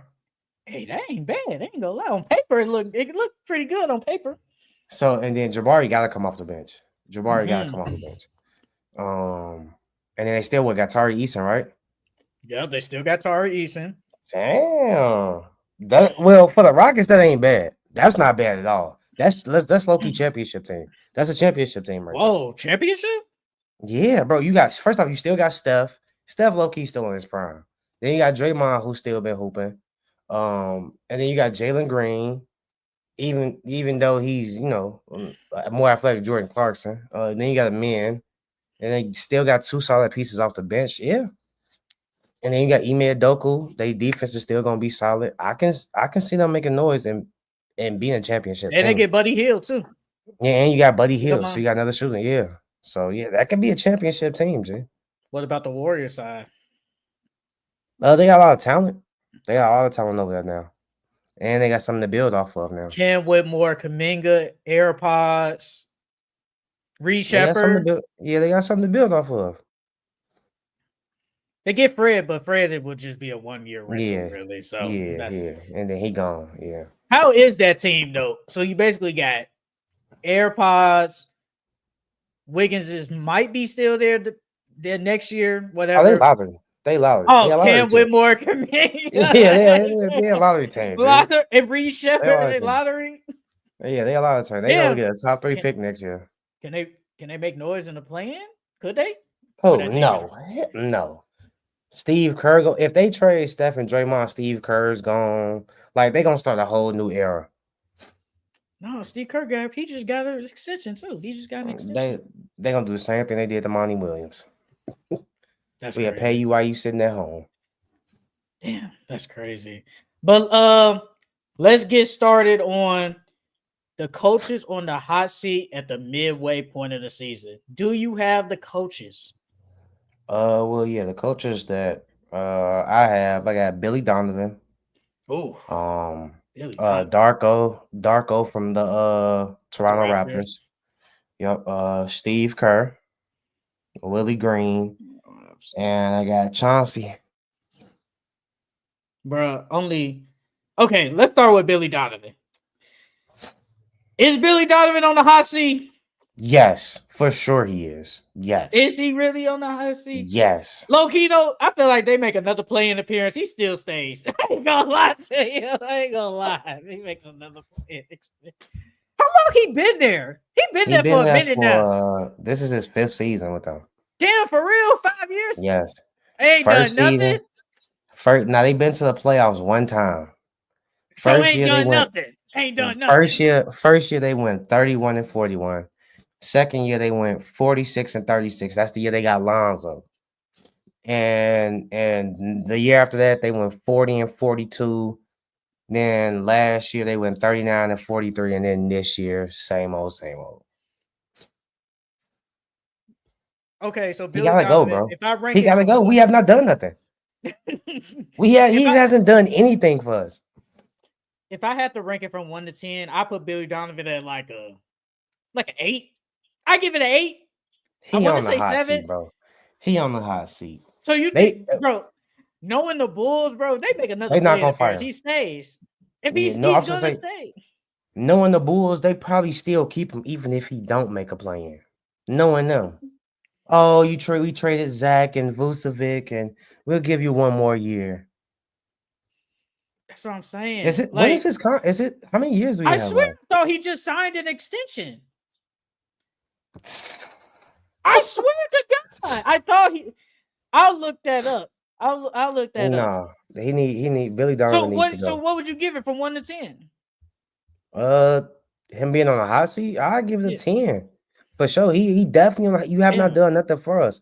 I mean, granted, your players have been injured, but when they were healthy, y'all still wasn't doing nothing. You only made 1 playoff appearance in your 4 years that you've had here. Only 1 playoff. If you've had 2, then I'd be like, or if he even made the play-in or 3, I'm like, okay, Billy Donovan, you can keep your job, but only 1 playoff appearance. And then in that playoff appearance, y'all got a gentleman's sweep. Y'all lost 1-4 to the Bucks. Yeah, he just signed. Well, he just signed an extension before the 22-23 season. So technically, he has 1 year left. Yeah, they probably gonna give him that one. They probably gonna ride it out, bro. He get paid $6 million, but I mean that don't got nothing to do with cap. But no, they pay him $6 million. If I'm being honest, I'll fire him. I'll let him go after this season so I can get my new coach in there already. Because ain't no point in you staying 1 more year and you drafting a player that the new coach inherits. Like, you might as well just let the new coach come in there and establish his own stuff. And he only getting paid $6 million. That ain't shit.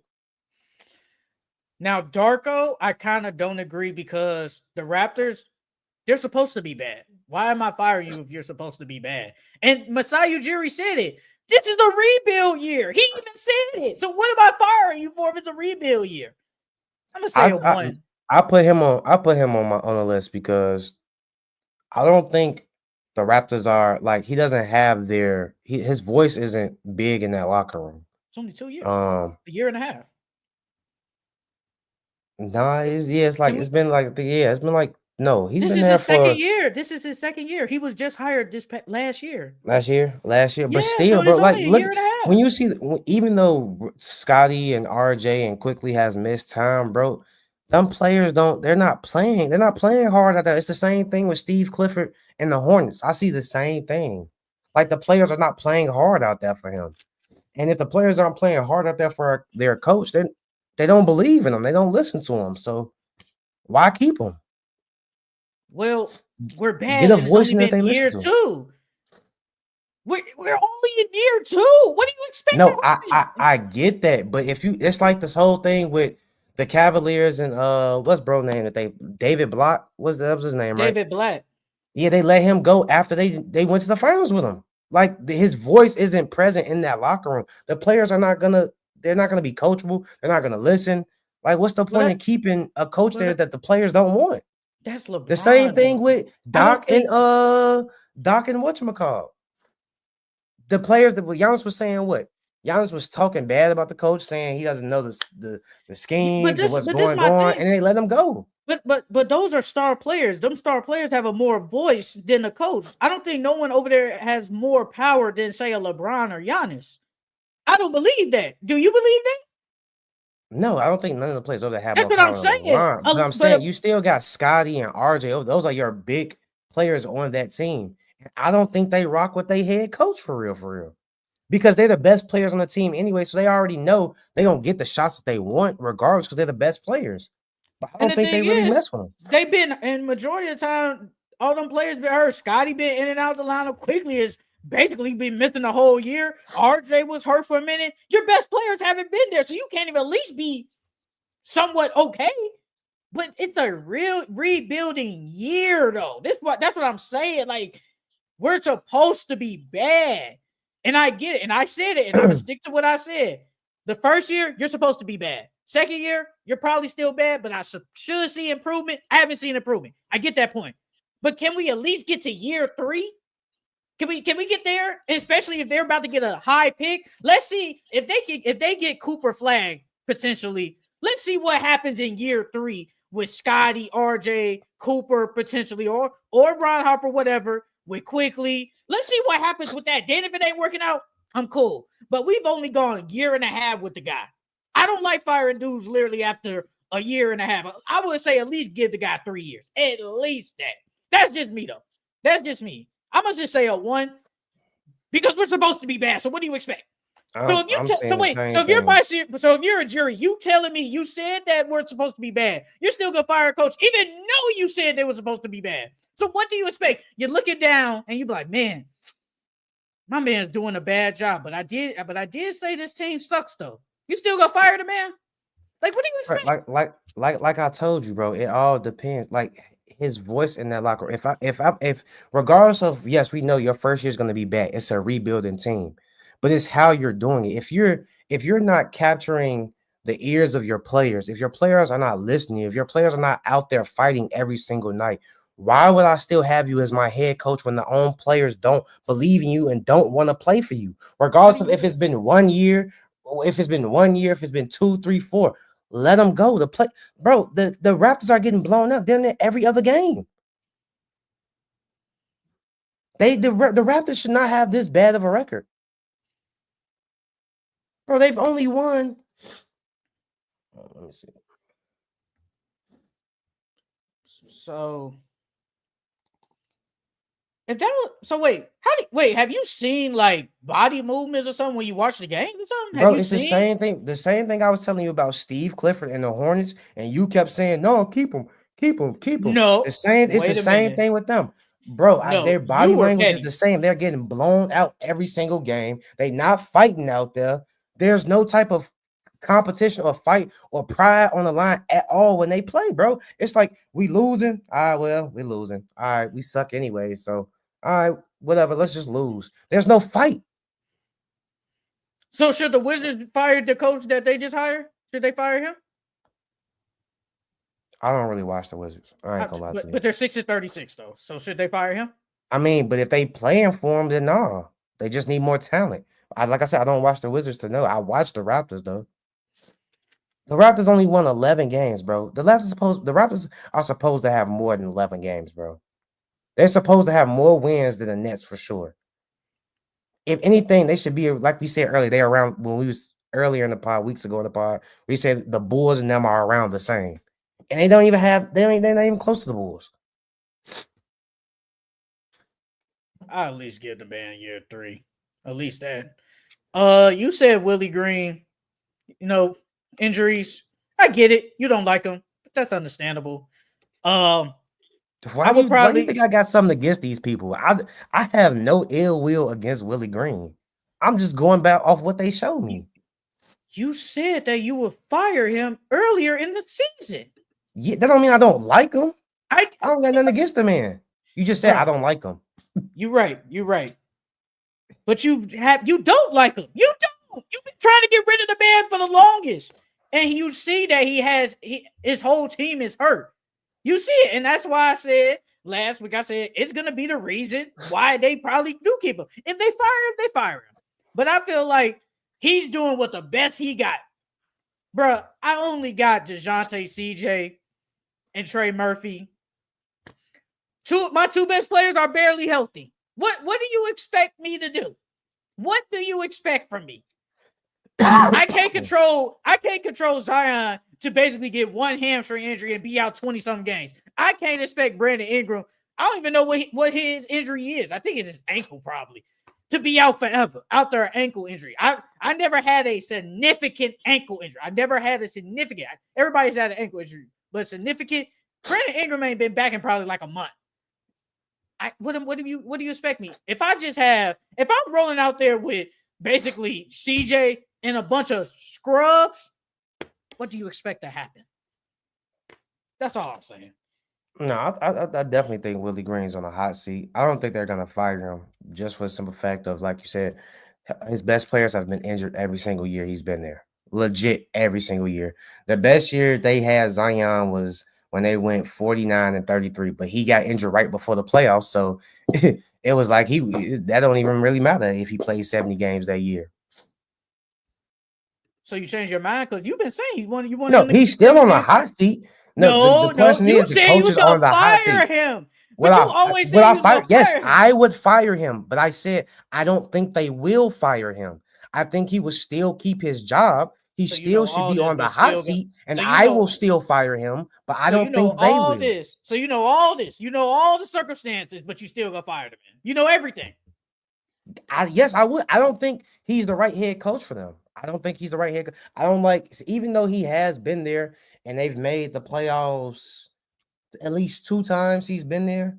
I just don't like the system the offense he runs. I think they can get a better head coach that could better utilize Zion if he can stay healthy. How can we? That's my point. How can we utilize Zion if he ain't there?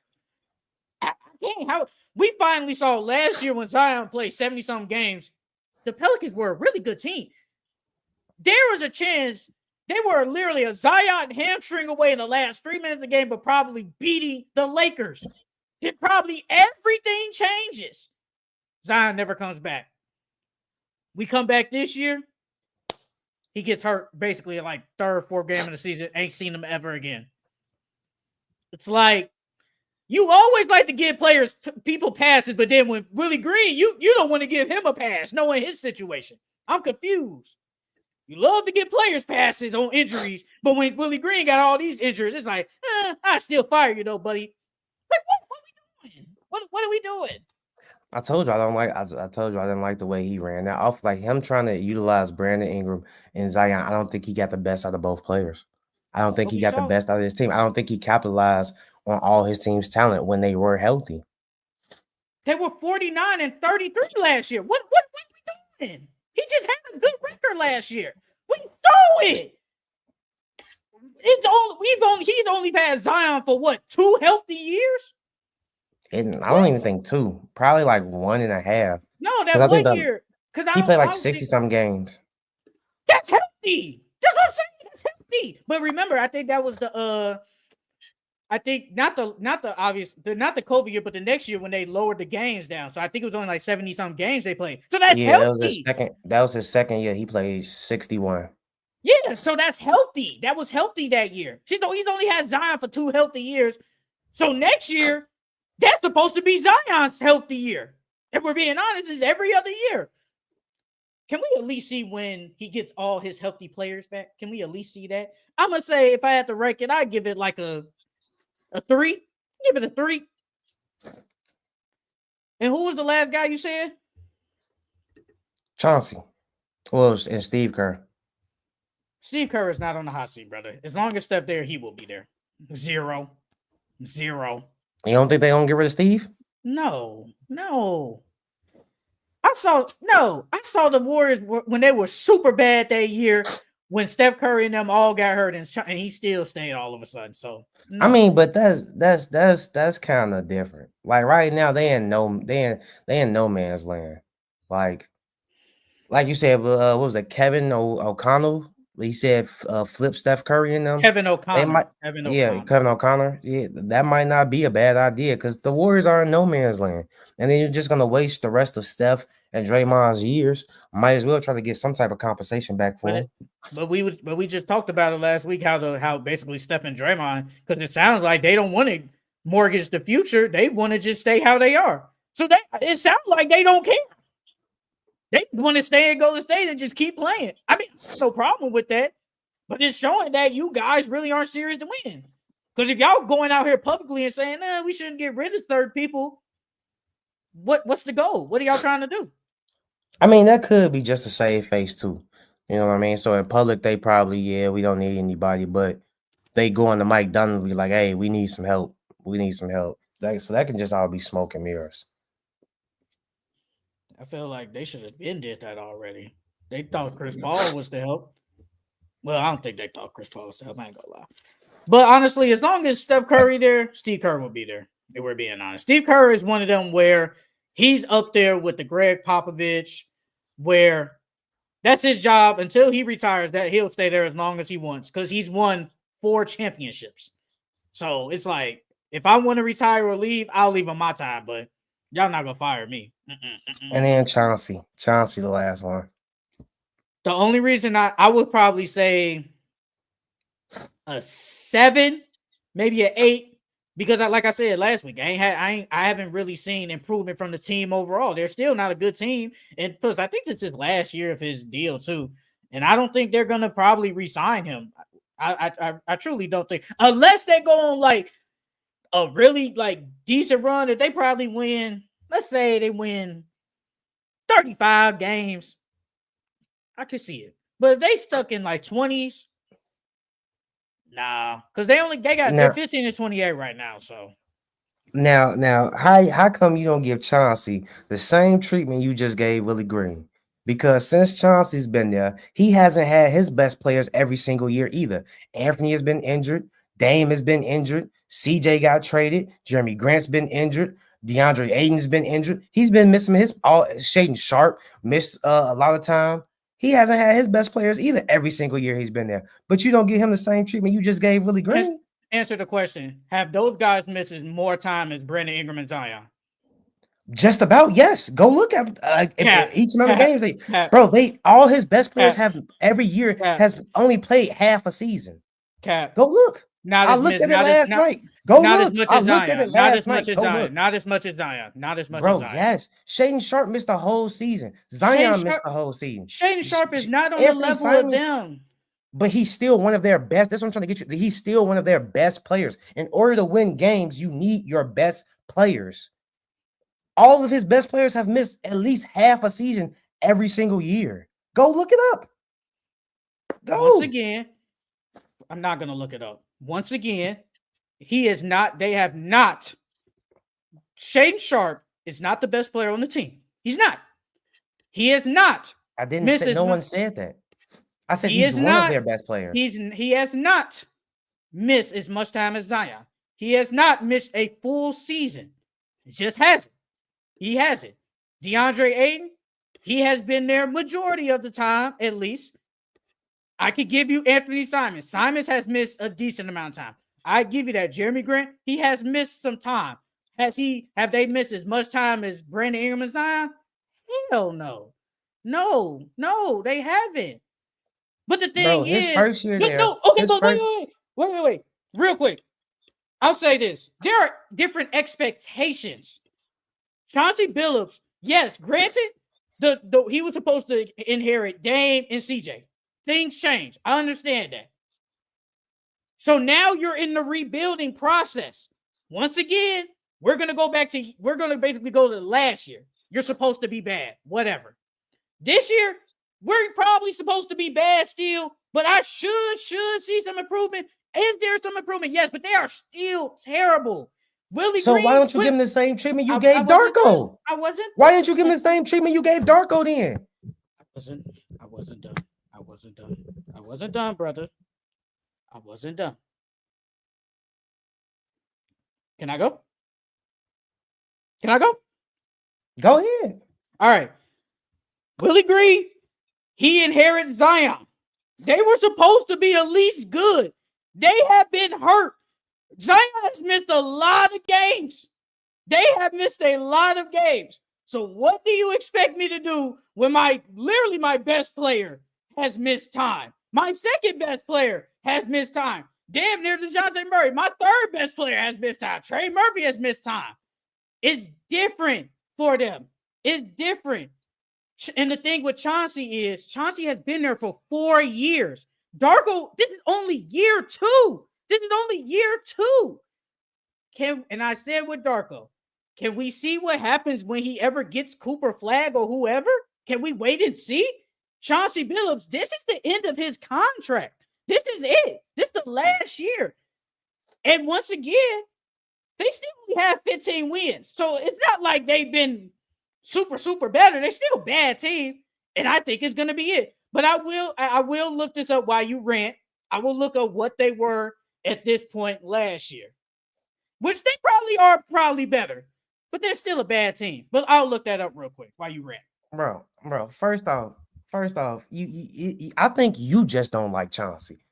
Because you're not giving him the same, you obviously do. Because you're not giving him the same treatment and leeway as you gave Willie Green and Darko. First off, the first year Chauncey, he got there the same time Willie Green got there with the Pelicans. The first year Chauncey was there, Dame only played 29 games. CJ only played 36, then got traded later on that season. Anthony Simons played 57, so he played majority of the season. Norman Powell only played 40 games. Josh Hart only played 13 games. Robert Covington only played 48 games. Their best players weren't even there for half the fucking season, Sheldon. Second year. Let's go to the next year. Year 2. Once they traded CJ and they still got, and Dame was hurt for most of that year. So we wash away that year. This year, Dame played 58 games. Jeremy Grant played 63. Anthony Simons played 62. Josh Hart 51. So they were healthier that year. And their record that year was 33-49. But that's Dame and a bunch of role players. They improved from the first year. The year after that, when now Dame's gone. Anthony, 46 games. Jeremy Grant, 54. Shaedon Sharp, 32. DeAndre Ayton, 55. Malcolm Brogdon, 29. Scoot Henderson and Kamara was your healthiest players. Your best players are hurt, Sheldon. So you don't give him no type of leeway when his best players are hurt. But with Willie Green, Zion missed time. Ingram missed time. DeJounte Murray missed time. Trey Murphy, 4 out of your 5 best players missed time. But all his best players missed time. He doesn't get no leeway at all. None at all. Then when you trade Dame and them, you give the expectation that, okay, well, you're supposed to be bad, right? You're supposed to, then the next year, you're supposed to improve a little bit better. But by that third year, you're supposed to be good, right? You don't get him the same treatment. He got a young team, young talent that he has to build, but yet, he doesn't get no leeway with well, you were bad this year. Next year, you're still supposed to be. He doesn't get that with leeway at all. He's just supposed to go now. Make it make sense. They've all missed time. If you're going to give the same treatment to Willie Green, give the same treatment to Chauncey. That's all I'm saying. And you have not done that. So you don't like Chauncey. I don't care about Chauncey, if we're being honest. I could care less about your actions speak louder than words. Not really. I don't care about Chauncey Billups. I really don't. I don't really care. Like, if we're being honest, I don't care about Chauncey. They, from up to this point, they have won. Last year, they won 13 games. So two game improvement. 2 games. It's the same. This is my point. The problem is with last week, because I'm not going to get another Chauncey Billups. I don't care. You think Chauncey Billups is this great not great, but just a good developmental coach, but I haven't seen nothing. Scoop, better, whatever. Get it. I understand. But we should see more wins. That's all I'm saying. We should see more wins. If he is this good coach development, he shouldn't be this bad. We should see where the Spurs are. We haven't. We don't see it. That's all I'm saying. That's all I'm saying. I don't care about Chauncey Billups. I could care less. I think he will be gone because I'm looking up from management. They probably saying, haven't done nothing with you here. This is the last year of your deal. Let's just move on and get somebody else when we're probably going to trade Simons, probably get another high pick. Let's just move on. That's all I'm saying. What expectations would they have, Sheldon? They traded CJ, had Dame and a bunch of role players. What do you think the expectations was that? Make the playoffs? Make some noise in the playoffs? Then they let Dame go and all his best players get hurt. So what do you mean he hasn't done nothing? He hasn't had his players to do anything. So the same thing you said about Willie Green. And why he should keep his job. Okay. Once again, you named all them injuries, all the games missed. And once again, I said they have not missed no more as much time as I, which they haven't. You proved I was right on that. They did not miss as much time as them. Once again, the expectations were different. The Pelicans, when you bring in a Zion Williamson, you are supposed to be at least good. You are supposed to be good. The Blazers, who cares about them? Who cares? We don't care about the Blazers. Once again, Chauncey Billups, I just haven't seen him. I haven't seen nothing from Chauncey Billups to tell me I'm going to resign you for another 2 to 3 years. I haven't seen it. I just haven't. Now, I see it if he wins 30-something games, I'm all for it. But I haven't seen nothing. I just haven't. That's all I'm saying. That's all right. If you want to resign him, that's cool. Just say you don't watch the Blazers, bro. Just say that. I don't just really say that. watch the Blazers, or I don't care about just say them. that. Just say that. Because you obviously don't know what you're talking about with Chauncey. So just say that. You just don't watch the Blazers. So you're resigning Chauncey. So you resigning Yes, Chauncey. I would. Yes, I would. Yes. Okay. But 1,000%. Yes. But you're gonna fire Willie Green, though. Yeah, he does. He hasn't done anything with the team that he had expectations. So wait, so both of them haven't done nothing. Can we agree on that? Chauncey has no expectations, though. Willie Green had expectations, and he didn't live up to none of them. Has the team overall been better? Super better? Have they been super better? Willie Green hasn't done nothing with the Pelicans, according to you. Chauncey Billups hasn't done anything with the Blazers. He hasn't. In his 4 years, yes, Dame got traded. Dame was hurt. CJ McCullough, whatever. I get it. I understand that. But you are at least, I'm supposed to work with what I got. To some general managers, they expect you to at least be competitive. At least play better. That's all I'm saying.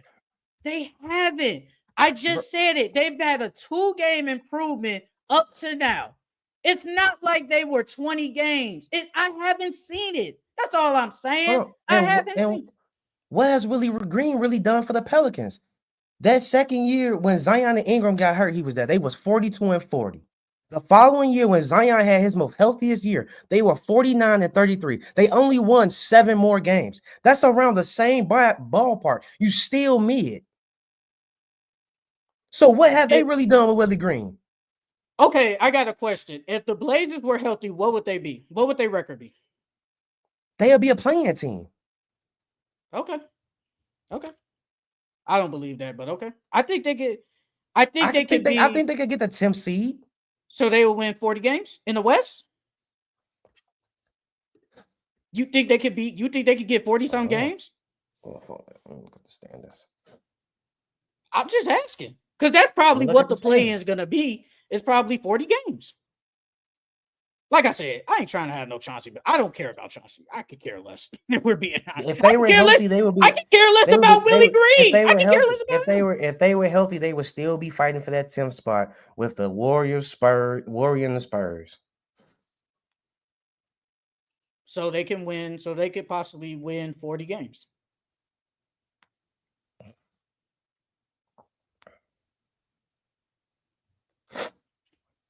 Bro, the Blazers suck. That's all. It doesn't matter. They still regardless. Suck. Keep that same energy. You have the same energy you got for Willie Green. Keep it for Chauncey when they've both been in the same predicaments. That's what I'm And trying they to say. We're are. I close to the don't. same predicament. And you did not keep the same energy. That's all I'm saying, big dog. You didn't Keep keep the the same same energy. energy. You didn't keep the same energy for the Bucks and the Nuggets when we graded them. You didn't keep the same energy. When I went back and watched it and was edited, you said the Bucks are a B minus, but the Nuggets are a C minus. But the Nuggets have been an overall better team, and I was like, "What is he talking about? This not adding up." I was confused. When was we great? When we said we was We great on graded teams last week, our midseason grades. You gave the Milwaukee Bucks a B minus. Oh yeah, because You yes, gave because of how they were playing. And you the gave Denver them a Nuggets, B even though they've minus. been winning games, the Denver Nuggets have looked ugly winning those games. What do you mean? So But yes, I can grade them as a C and the Bucks as a B. What are you talking but about? the Bucks were at one point like 2-10. They were Okay, bad. but they were playing better basketball at that point. They're not 2-10 anymore. But the Nuggets have a better record than them, right? Yeah, even though they have a better record and they've been barely winning games, they still look bad playing. They at that time they looked bad playing those games. They were just scraping by. The same way with the Magic was when they had Franz in them. They were barely scraping by, but we kept them in their top 10, did we not? So it's the same thing with the Nuggets. They were playing, they were still scraping, winning games, but they were playing bad basketball. But when we coming up to the midway point, have the Nuggets not played overall better basketball than the Bucks? Through the first 40-some games, have the Nuggets not played better basketball? I don't know if the shit roster Blazers have. They are decent like the Jazz. They have way better roster. They are worse. So can you answer that? Have the Nuggets played overall better basketball than the Bucks through the halfway point? Have they not? That's a trick question. It's Because of not a course trick no, yes, it is. No, question. it is. Yes, it is. It is because yes, they have played better basketball than them, but that's because the Bucks started off terrible. Right now, I think the Bucks are playing better basketball than them. You said all around. Yes, the Nuggets have all around played better than the Bucks, but that's because the Bucks started off bad. If the Bucks did not start off bad, they would be playing better basketball overall than the Nuggets. But they did. So you can't say if they didn't, it happened. It is what it is. So that's my point. I don't see how the Nuggets, all the way up to the midway point, can get a C minus, but the Bucks, who were terrible at one point, can somehow get a B minus. We graded all the way up. This wasn't power rankings. I think that's what you're getting at. Wasn't power. This not power rankings when we just go through the week. This is from game 1 all the way up to basically game 41. What have you done from game 1 to 41? The Nuggets have played better basketball overall than the Bucks from then. So I was just trying to figure out when I was editing, how do they deserve a C minus, but the Bucks somehow can get a B? I was very confused on that, but you just explained it. They were playing better basketball up to this point. I get it, but that's not how that works. That's not how that works. Brother, I was going off the very beginning to the midway, and I'm still grading the Bucks better than the Denver Nuggets. The Denver Nuggets may have a better record, but they have been playing shit basketball. They have been scraping by, winning games, but I have no confidence. We said it several times. They are first round exit. Said it several times, and we've said the Bucks can fuck around and get to the second round. So if we're going off that, that's still saying the Bucks are having a better season than the Denver Nuggets because we think that the Bucks are going to go to the second round, and we think the Denver Nuggets are going to get bounced in the first. So regardless if the Denver Nuggets have been playing better basketball overall than the Bucks have picked it up as of late, and they're the better team, so they got a B. 25% of the season, bro. If we're going off, they played a shitty 15, 20 games of basketball and picked it up from there.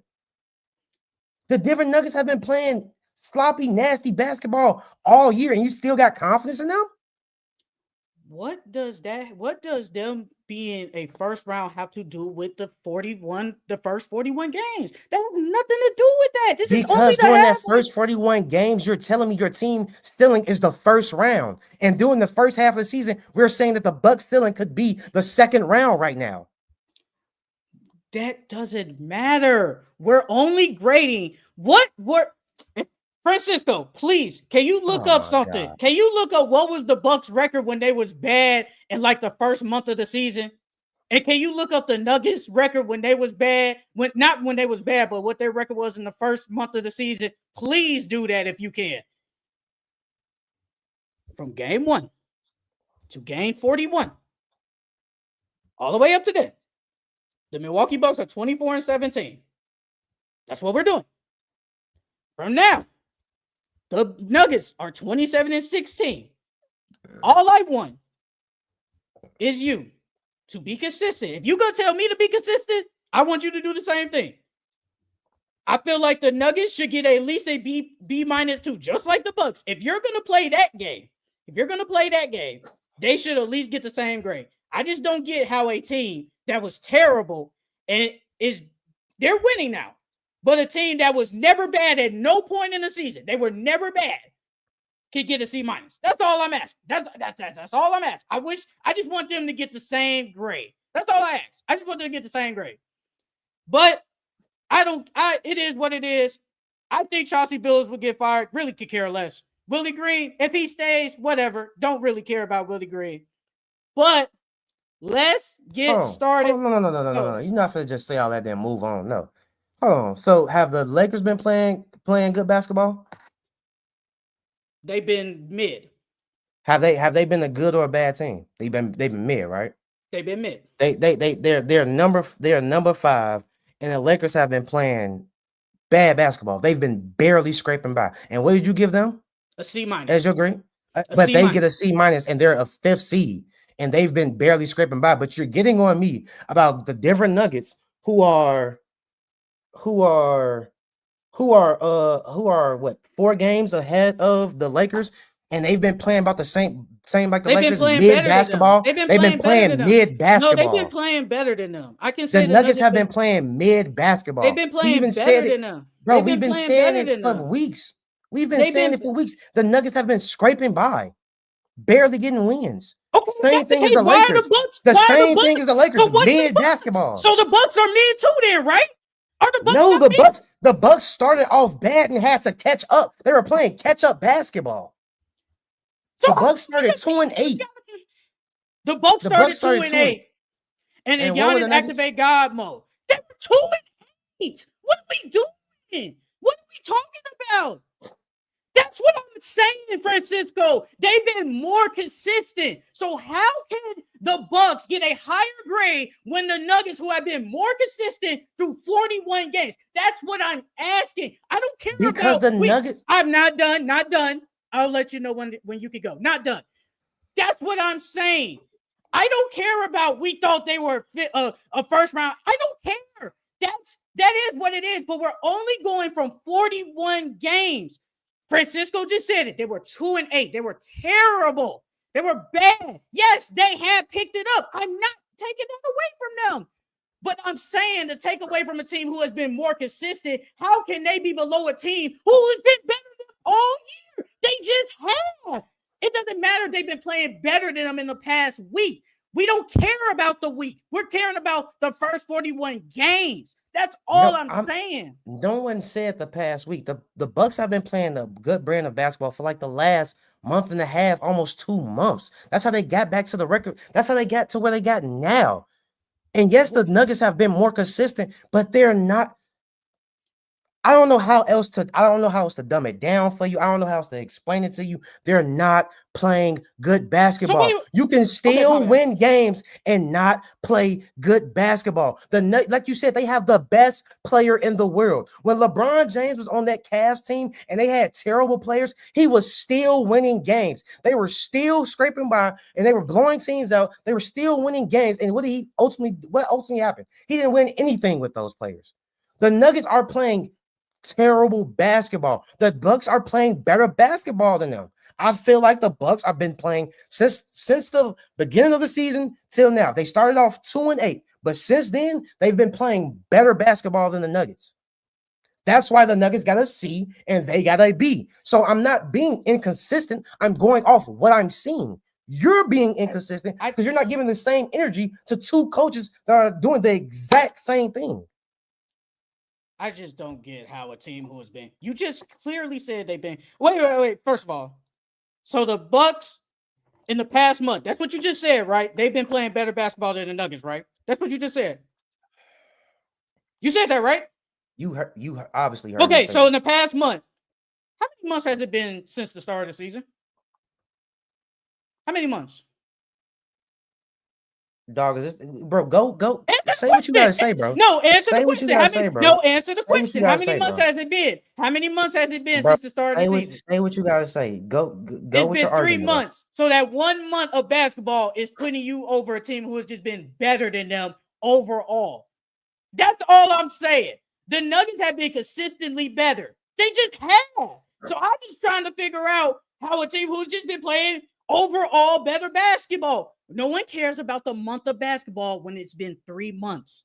That's all I'm saying. I feel like the Bucks should stay at a C-. I'm cool with that.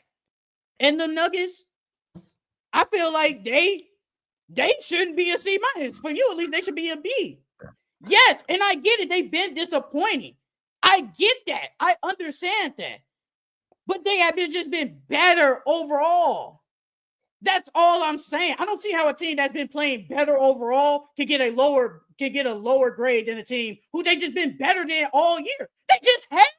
That doesn't make sense to me. But you said it. I'm not trying to get into another shot. We're gonna have to agree to disagree, dog.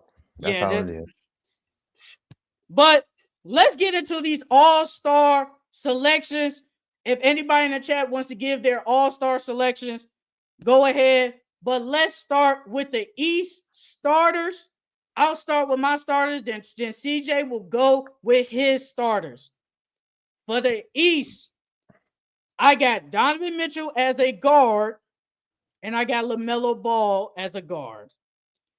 For the forwards, I got Jason Tatum, I got Giannis Antetokounmpo, and I got Karl Anthony Towns.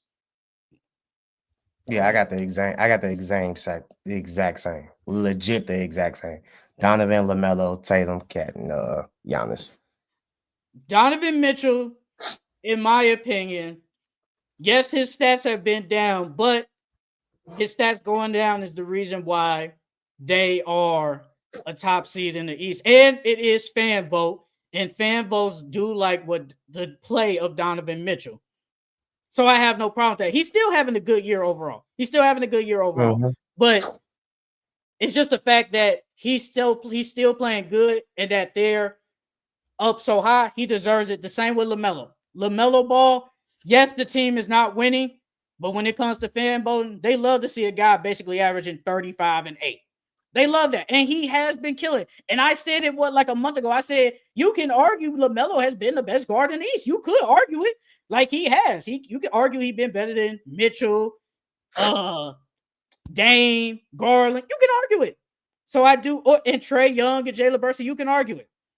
So I have LaMelo as a guard. Jason Tatum is self-explanatory. Man averaging 27, 9, and 5. Second best record in the East and third best record overall. He does everything for that team. So why not? And Giannis is having an MVP year.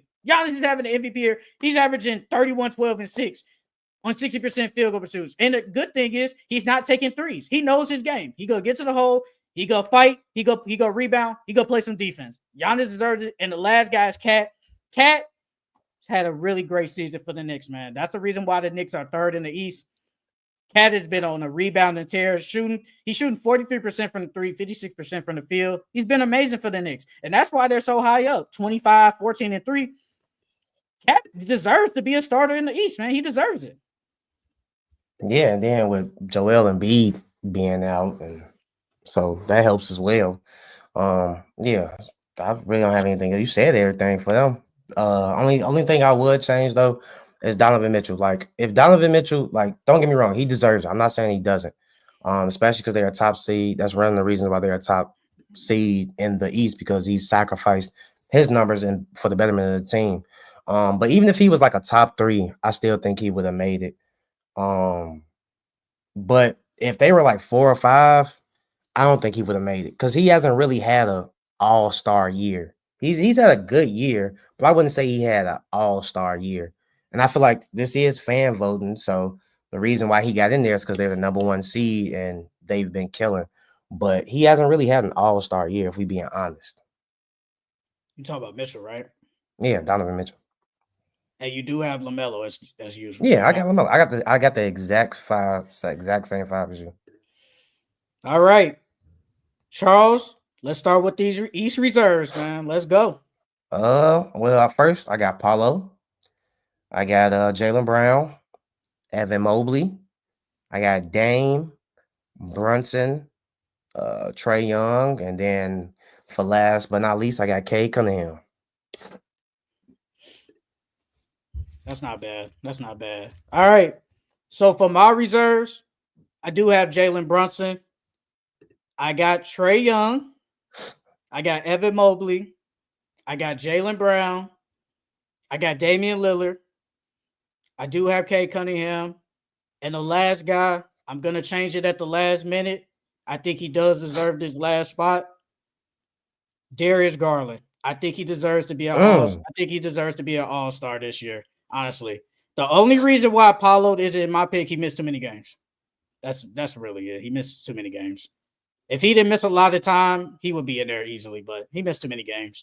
So I don't think the coaches will put him in there, but he's having he's having a good year, but it's a small sample size. Like, I think it's only 13 some games. It's not 20, I know that. But he's having a good year in a small sample size, so I can't really grade you off that. But honestly, though, in my opinion, I got Jalen Brunson because he is one of the reasons why the Knicks are good. His play hasn't gone down, honestly, since Cat been there. He's still averaging 26 points, 48 from the field, 39% from 3. He deserves to be in there, and he's been a better passer this year. So yeah, Jalen Brunson deserved it, and the Knicks are 3rd in the East. Trae Young, even though the Hawks are a mediocre team, in my opinion, I can't leave a guy out that's averaging 23 and 12. I can't leave a guy out that's averaging 23 and 12. Yes, the field goal percentage and the 3-point percentage has gone down, but when you average a 23 and 12 and how we talk about the Hawks should be here and there, he deserves it. I don't think, for some reason, I feel like Trae Young won't get in, but I will put him in my opinion. Evan Mobley, he has been gossing. You know what, Francisco? I did have Tyler Hero as my last pick, and we're being honest. Then I flipped it to Darius Garland. I thought Tyler Hero does deserve it. I was just saying, yeah, I'm surprised. I would have gave it to Hero over Garland. Well, I mean, I can literally show you the paper. I do have him down. I do have Tyler Hero down. And I said it was going to be, I said I might change it as soon as we get up here. And that's what I did. I think the Cavs are going to bring in 3 people because they're being so good this year. So I won't be shocked if they bring in 3 people. Evan Mobley, Garland, and Mitchell. But Mobley, 18 and 9, 57% from the field. His offensive game has been great. And I feel like you can't, and he's a reason why they're a top 10 offense, top 10 defense. He deserves to be in there. Jaylen Brown. Jaylen Brown numbers hasn't been the best, but he's still been good. And that's why the obviously the Celtics are second. I was gonna say in the East. That was gonna be my question. Would you put somebody over Jaylen Brown? Because Jaylen Brown ain't really had an all-star year. I put him in there because of the team's success. But if we being honest, Tyler Hero has had a better year than him. And I'll even say Garland had a better year than him too. No, I get it, because I felt like when it came down to my last 3, it was either going to be Darius Garland, Tyler Hero, Jared Allen. And I agree that Jaylen Brown, because of the team's success, and he's still having a good year, but maybe not all-star year. I feel like as long as Boston is always going to be at the top of the East, they will always bring in 2 starters no matter what. Well, stars. They will always bring in 2 stars no matter what. Dame, we talked about Dame. Dame is having a bounce back year. And you can see it. He's having a way better year, 25, 4 and 7, 39% from the three, 41% from the field. He has been amazing. He's been not amazing, but he's been good for the Bucks this year. And I think they will bring in 2 Bucks. Obviously, Cade has been great. He has. Mhm. He deserves to be in there with how the Pistons are playing. 25, 6 and 9. Hey man, that's some great stats, bro. That's some great stats. And he's shooting 37% from the three. So the Pistons finally got their guy, and they can finally say they have an all-star in there. And like I said, Darius Garland. You look at the stats, honestly, if you want to compare 24, 5 and 5, 47 from the field, 40 from three, that's Tyler Hero. Garland is averaging 21, 2 and 6, but Garland is 49 from the field, 42% from three. It's really kind of identical, honestly. So I feel like you can either pick, but with how the Cavs are playing, how Darius Garland has bounced back, I think the Cavs will bring in 3 starters. Whole time though, like if Trey don't get in, like you said, I wouldn't be surprised if Trey got in. But I think he would get the nod over like Tyler Hero, only because of Tyler Hero's record. But to be honest with you, I wouldn't be surprised if they brought 4 Cavaliers in there. Because Jared Allen's having a hell of a season too. He's averaging He's 14 and deserving. 10. He's averaging 14 and 10. I don't think so. Oh, 4? Ooh. I can see him being a I replacement. mean, they did it with the Hawks, so I wouldn't be surprised. That was replacement. I mean, I can see that if anything. If they replace, if there's an injury and replacement, I can see that. But actually voting him in, well, the coaches voting him in, I don't see that. I don't. But I could see them doing 3. I wouldn't be shocked. All right, let's get to these West All-Star starters. As usual, I will start at the guards. I have Shai Gilgeous-Alexander. At the other guard, I got Steph Curry. In the forwards, it got a little spicy, but LeBron James will be another starter for another year. I got Kevin Durant, and I got Nikola Jokic. Wait, how you say it got a little spicy? Because you can argue Victor Wembanyama deserves to start too over any of them. You can argue it. Yeah. Wemby. There's an argument. Yeah. You can really argue it. But yeah, I mean, you know, it's the fan votes, and those were the top 5 players. So that we already knew who was going to be. Well, because wait, no, go ahead, the top 5 starters. Say your starters. No, my stars are Steph, Shai, KD, Bron, and Jokic. But isn't with the fan votes? It's the top 10 they get the starting knob, right? The fan votes, right? Because I know Shaq and Chuck and all them, but they picking their teams and stuff. So yeah, fan voting is only the starting 5. So how is Shaq and Chuck gonna pick their teams? Well, they're the starters. Well, I ain't gonna lie, I don't know. Don't ask me. But it's still just a starter knob. But it's still the starters is the starters come out tonight. But since Charles doesn't want to explain his starters, let's go. They're the top 5 voted in. I mean, Steph, even though Steph hasn't had a great season, Steph is one of the most favorable players in the NBA, most loved players in the NBA, so he's gonna get in. Shai, he's an MVP candidate. He's well more than deserving. KD's KD, he's gonna get in. Bron is Bron, and then Jokic is best player in the world right now. If Luka was healthy, he would be a starter over Curry, but Luka has been hurt. Yes, I said Curry. So yes, he would be a starter, but he's not. He's not going to get a vote from me. All right, let's get to these reserves. First, I got Wemby. Second, I got AD. Then I got Jalen Williams. Then I got Kyrie, Ant, Ja, and then my last one, De'Aaron Fox. Okay. All right. So for my reserves, I do have Victor Wembanyama. I have Anthony Edwards. I have Anthony Davis. I have Jaren Jackson Jr. I have Alperen Sengun. My last 2, it got a little spicy. This is where it came down to the last two spots, in my opinion. But I have DeMontis Sabonis, and I do have James Harden. In my opinion, wait a minute. You don't have no Rocket in there? Nope. Wow, that's crazy. Do you think I don't think Sengun's been the best player on the Rockets this year. I don't think Sengun's having an all-star Who's been the year. best player?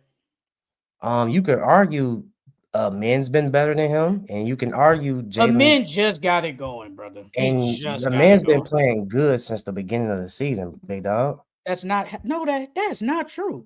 That's not true. Sengun's only just averaging. picked it, but a men just picked it up though. Like we not gonna act like a men been doing this from we not gonna do that. Sengun has been like this from day one and is the reason why they're number one.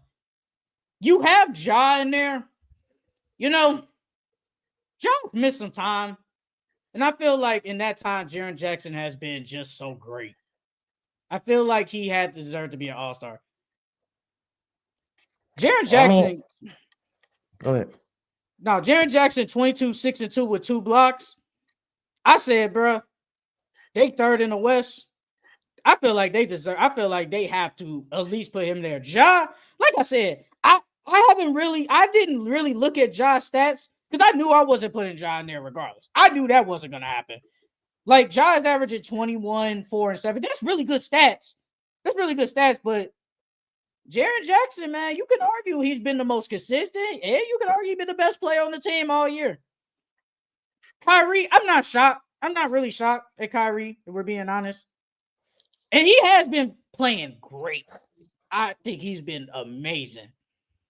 But it was really between my last four is either between J-Dub, Kyrie, Sabonis, and James Harden. I had to choose them. I had to choose from them four, and I chose Sabonis and Harden. I'm surprised you got Jaren. I would have put Jalen Williams in over Jaren Jackson. Jaren Jackson been playing better than him this year. Yeah, but if you're gonna reward Darius Garland and them for having the top seed in the East and you put him as a reserve, you got to do the same thing for Jalen Williams then, because he's a big reason why they winning as well. It's not like he's not a key part or a key reason why they number one in the West and the best team in the West, if not the league.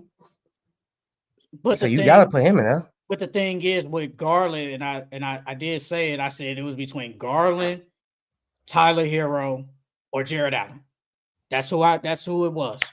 If you want to say Tyler Hero been better, cool. I ain't got no problem. Jared Allen, cool. Whatever. Garland, cool. Whatever. I don't think neither of them clear each other. When you look at the final four, Harden, Sabonis, Kyrie, and J-Dub, I think we can argue J-Dub has not been better than none of those three. I think we can say that. I mean, J-Dub's had a hell of a year. He's averaging 25 and 5. All his numbers are up, but his field goal percentage is down from 47 to 51 and his free throws, but he's had a better year this year. So I'm giving him the nod. I think he'll get the nod. Ja, I put Ja on there because Ja is Ja. I know Ja's missed a lot of games, but I still think that the coaches would still vote him in because it is Ja and his impact on the game and his impact on his team. I still think that the coaches would put him in. Now with Fox, I didn't know if I wanted to put him in there or Sabonis in there. Because Sabonis has been playing really well too, but I think De'Aaron Fox, like he's the engine behind that team. So without him, I don't think that team would be as good as they are. So I gave him a nod over Sabonis. Kyrie's been killing. I'm not mad if you say Kyrie shouldn't make it or not. I'm a little biased on Kyrie, so we know. Everybody knows, brother. We know. That's why I'm not shocked you put him in there. I'm not shocked. Why don't you have Harden?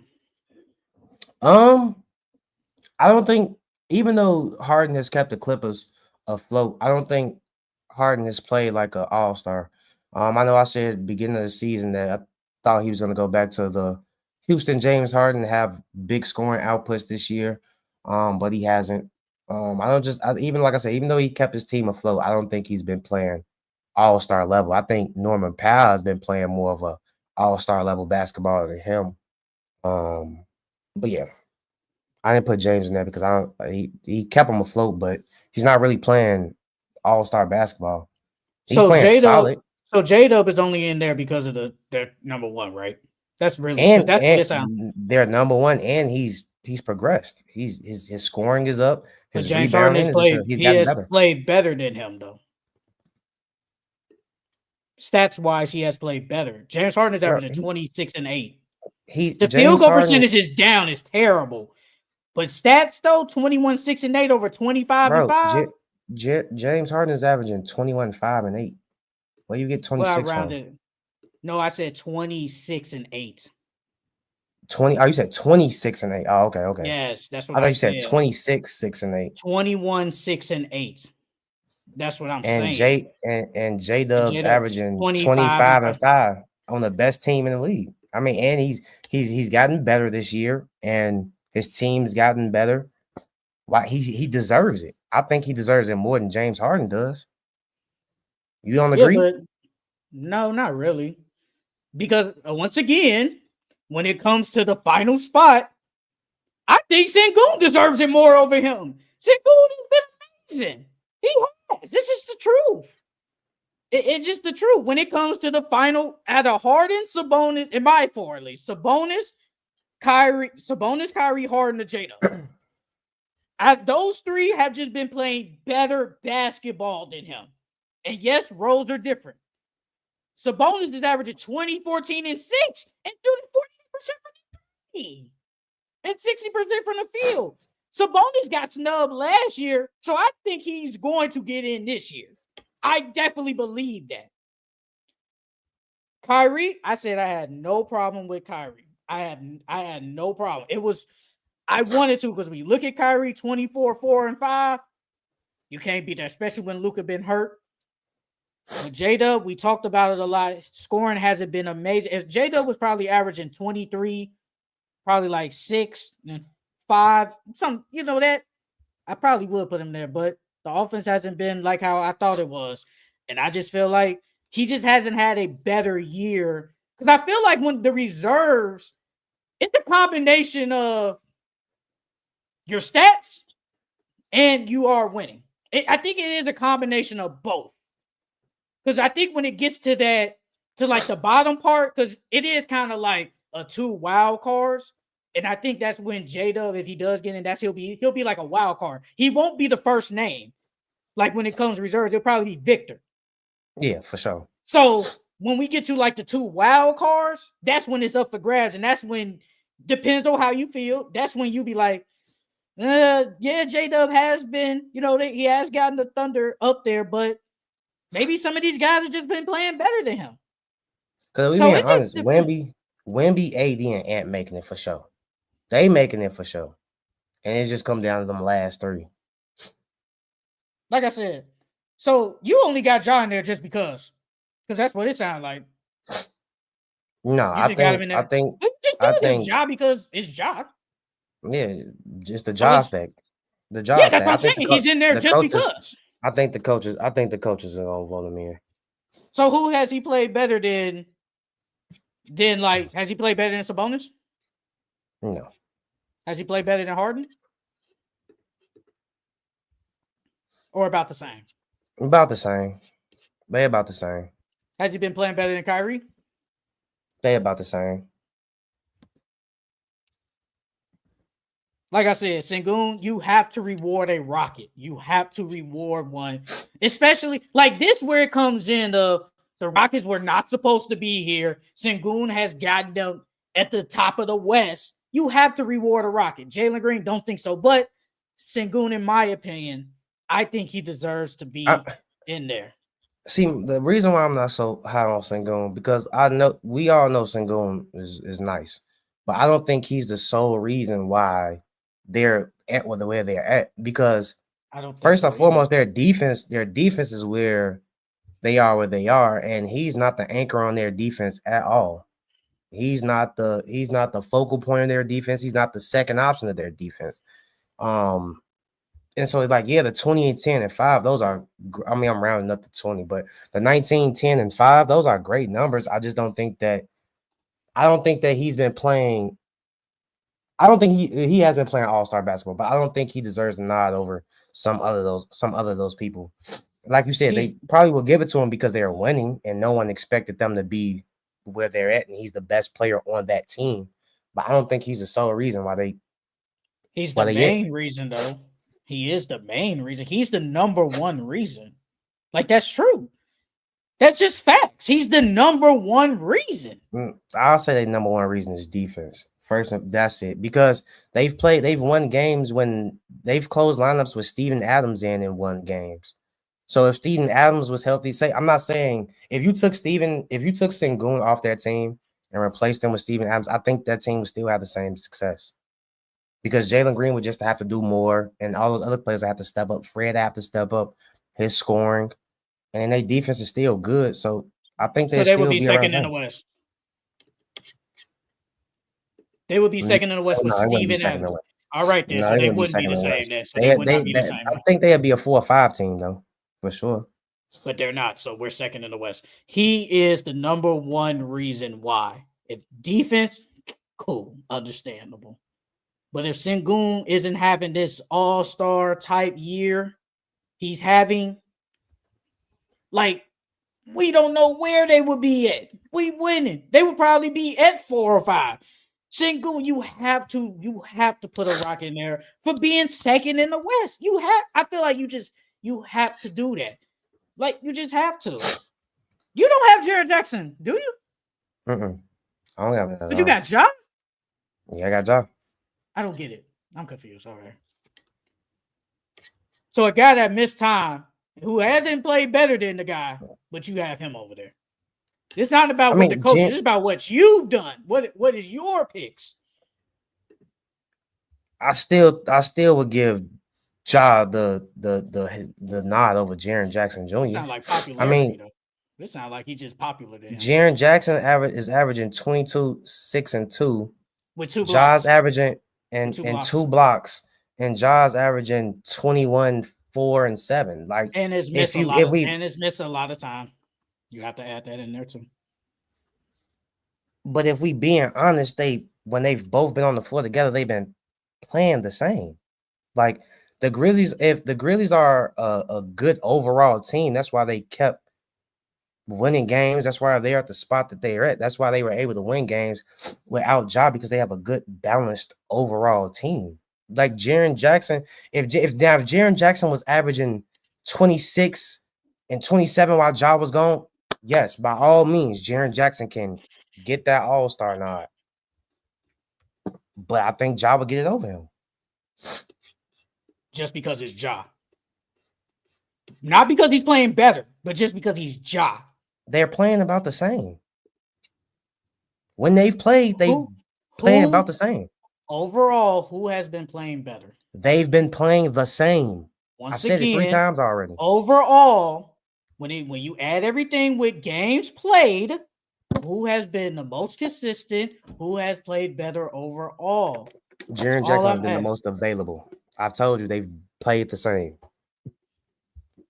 22, 6, and 2 with 2 blocks over 21, 4, and 7 with probably a steal. And Jaren Jackson has kept them all the way up there. Like, you don't reward that for a guy keeping the team 3rd in the West when your best player stays hurt all the time. You can't reward that. I mean, Josh played 26 games, but he's played at least half the game, over half the games. So it's not like Josh only played 10 games and Jaren Jackson has played every single game. Like, no. Like, come on now. When they've played, when Josh played and Jaren Jackson has played, they've played the same. They played exactly the same. Why is Paulo in there? And I game? think Paulo, because you gotta reward a Magic player. So you telling me you wouldn't reward a Magic player? Hell no. Like they're time. Hell no. No. Hell no. And then I think the coaches like Paulo, so I think they're gonna give him a nod just off the strength of that. Hell no. And then Paulo is number 4 in fan voting. How many games? How many games has Paulo played? Paulo's only played. He's played 11. He's played 11 this year. Come on, brother. Be serious. You're rewarding the guy for playing 11 games. Be serious. This just sounds like you just love him. That's what it sounds like. My glorious king. Yeah. That's what it sounds like. So you think Tyler Hero don't deserve it over him? No, Tyler Hero does. Tyler Hero does. Tyler Hero has been hooping. He deserves it over Paulo. Jared Allen? Yeah, I give it to him over Jared Allen. You got Darius Garland in there? No, I don't got Darius Garland there. So he deserves I it only over think they're him? gonna send. I only think they're gonna send 2 Cavs players. Yeah, Darius Garland. He deserves it over Darius Garland deserves it over him. Then why do you have it? Then why aren't one of them? Because I think the coaches are. I think the coaches are gonna. Who cares about what the coaches? This is you. This is what you think. And that's what This is what I think the reserves are gonna be. So basically. Okay, wait a minute. Why hasn't Luka in there then? Because Luka missed damn near. First off, Don't do that, brother. First off, Paulo's in the East and Luka's in the West. Oh my God! The West is way more stacked than the East. Luka has played 22 games. The West is way more stacked than the East. No, don't do that. Don't do that. Don't do that, brother. Don't do that. This is when we come back to being consistent, because you just said Luka has missed a lot of games. So once again, Paulo has played a lot of games, and there's a lot of players. There's a lot of good guards. You still have Kyrie, Ant, Ja, Fox. Who else does Paulo have to compete with in the East? The last 3 I named. You just said it over them. You just said that. What are we doing? We're talking about forwards here. They gotta put on the reserve. That's like having all guards as a reserve. No. They're gonna have at least. No, you don't. It just depends on what the coach. It don't have to be like 4 forwards. It don't gotta be like that. It don't really gotta be like that. That was only for the starters. You know, it gotta be 2 guards, 2 forwards, and a center at one point. Now it's just forwards and guards. No, it don't. It don't gotta be like that. They're not gonna put a reserve of all guards, my nigga.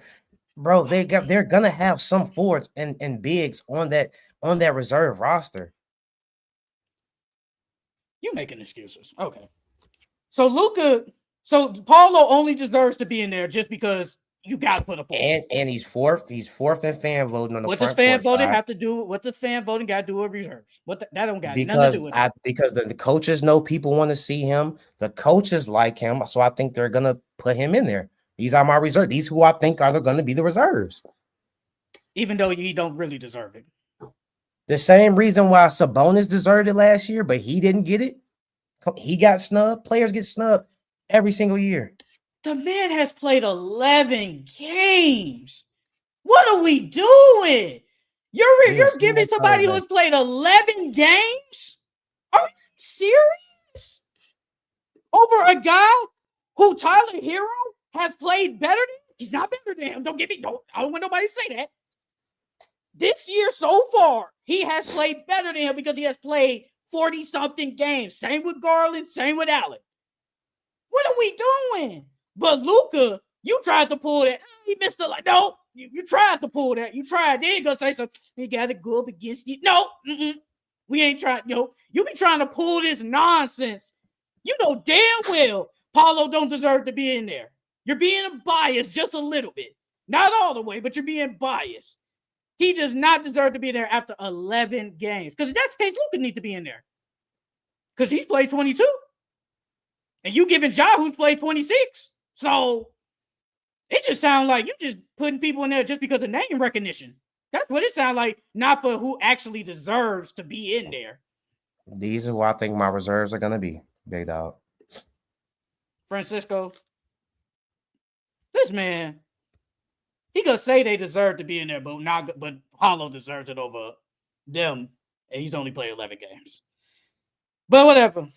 That is it for our All-Star starters, and reserves. Charles has a would you rather.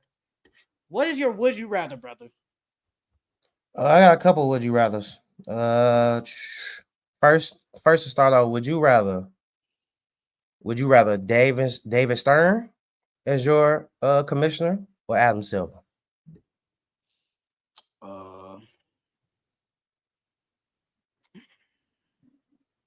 I'll say Adam Silver. I think he's more player friendly. He actually kind of listens to the players. Hold on. I agree, Sheldon, but Magic Johnson did it with 0 games. And he shouldn't have gotten it. That's Magic Johnson, though. And that's because he came off that. We know what he came off of. We know why. That's different. We know why. We know. I ain't getting into that, but we know why. This is different. The man been hurt. But no, though, Adam Silver, player friendly. I think he actually does list the players. He actually has made some good change. He actually has fixed stuff around. We got the play-in tournament, got the in-season tournament. So he has actually made changes. I don't think David Stern, he's a real good commissioner, but he's more of a, I don't want to say uptight, but he's more old school. Is he gonna listen to the players? Probably not. But I'd rather go with Adam Silver. That's just me, though.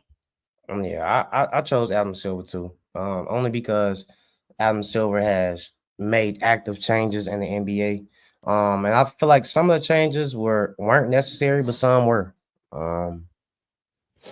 So yeah, I like Adam Silver as the new commissioner. My second one, would you rather be number one all-time scoring or have 7 rings? All-time scorer, because 7 rings. What am I? Am I the starter? Am I a role player? Would you rather the accolades or would you rather the championships? Just which one? I take all-star. I mean all-time scoring, because that means I was the guy throughout. But I mean, I would hope I would get some rings out of it. I'd rather be all-time. Me personally, I'll take the rings. I mean, yeah, having the number 1 scoring record all time, that's cool. But I'd rather be known as a winner, because you can How are you a winner? But what are you though as a winner though? Are you a starter? Are you a role player? Are you just a bench player? Like, what are we? What are you? I know. That's why I'm asking. That's what I was asking. Well, if you want to choose one, Robert Horry, you just like Robert Horry. I mean, he was just a role player, so I mean, it just depends on what you want to be. If you want to be a starter with 7, a role player with 7, or just a bench player. Like, I didn't know which one you meant. It's like 7 rings, because it's like, if I'm a bench player with 7 rings, yeah, I got 7 rings, but who gonna know me? I was on the bench all day. Would you rather officiating in the 90s or the officiating now?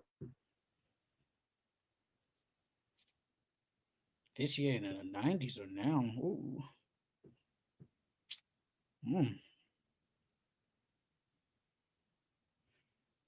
I would officiate in the. I'd say now. I'll say the 90s.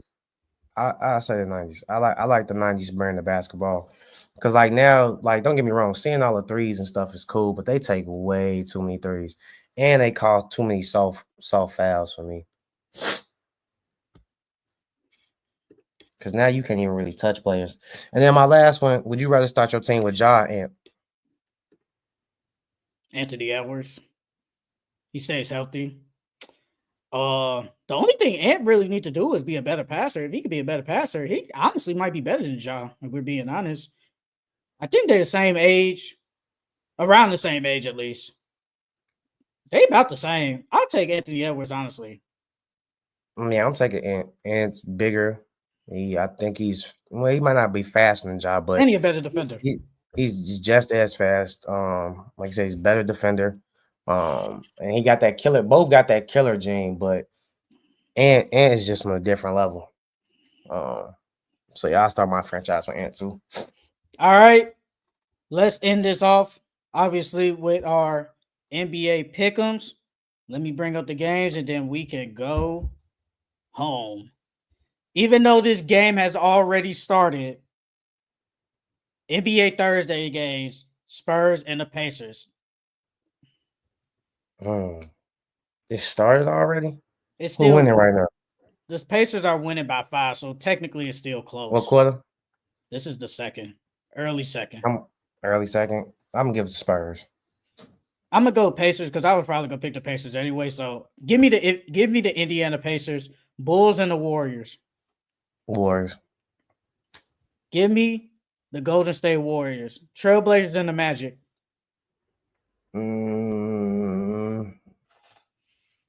Trailblazers. Give me the Orlando Magic, Raptors, and the Hawks.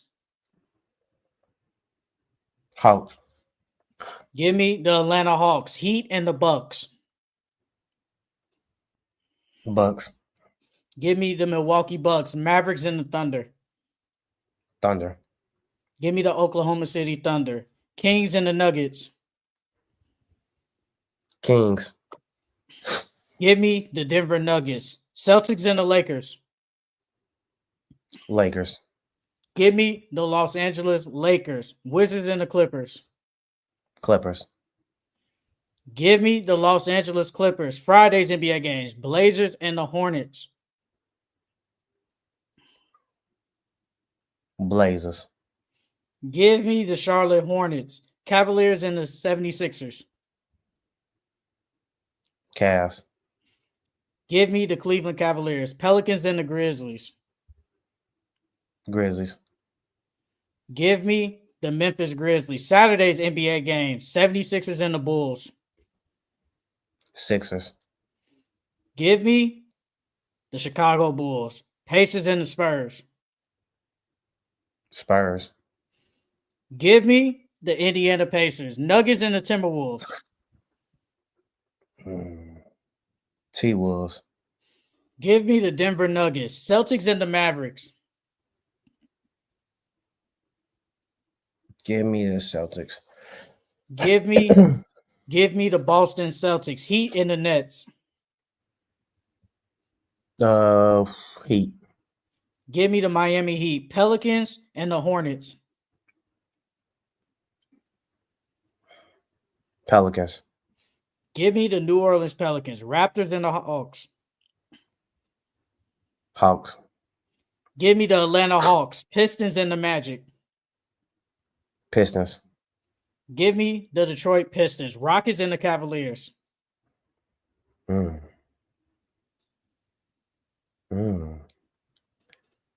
gonna say Rockets. Give me the Houston Rockets, Kings, and the Knicks. That's gonna be a good one too. Shit. Knicks. Give me the New York Knicks, Jazz, and the Grizzlies. Grizzlies. Give me the Memphis Grizzlies, Lakers, and the Warriors. Lakers. Give me the Los Angeles Lakers, Wizards, and the Suns. Suns. Give me the Phoenix Suns, Bucks, and the Clippers. Clippers. Give me the Milwaukee Bucks, Sunday's games, Thunder, and the Blazers. Thunder. Give me the Oklahoma City Thunder, Monday's games, Nuggets, and the Bulls. Nuggets. Give me the Denver Nuggets, Lakers, and the Hornets. Lakers. Give me the Los Angeles Lakers, Pistons, and the Cavaliers.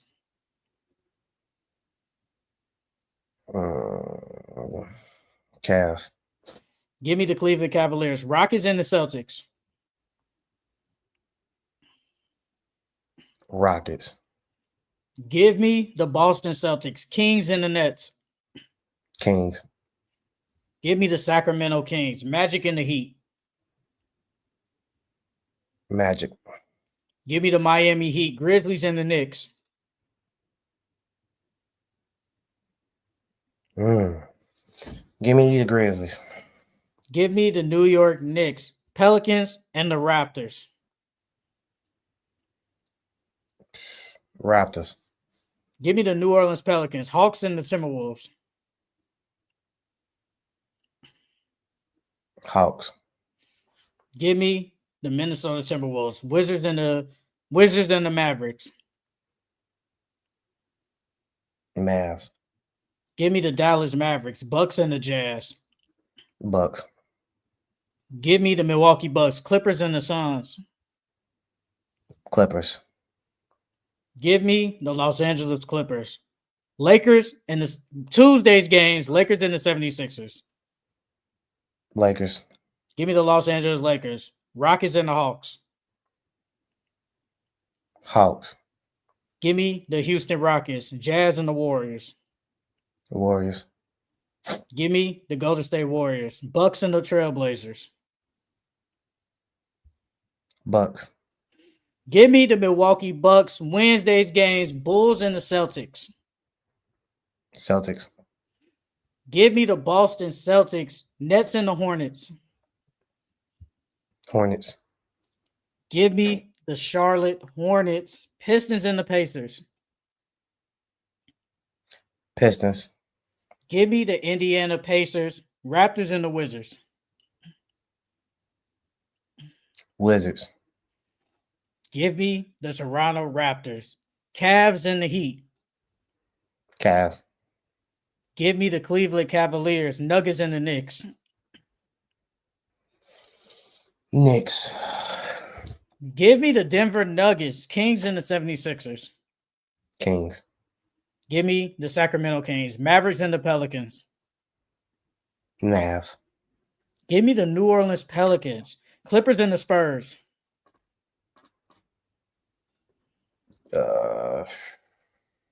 Give me the Spurs.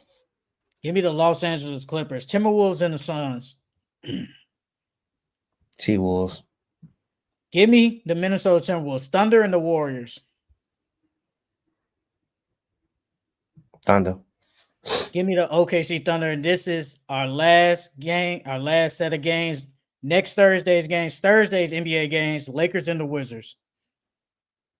Lakers. Give me the Los Angeles Lakers. Hawks and the Cavs. Cavs. Give me the Cleveland Cavaliers. Timberwolves and the Jazz. Timberwolves. Give me the Minnesota Timberwolves. Rockets and the Grizzlies. Grizzlies. Give me the Houston Rockets in the last game, Magic and the Trailblazers. Magic. Give me the Orlando Magic.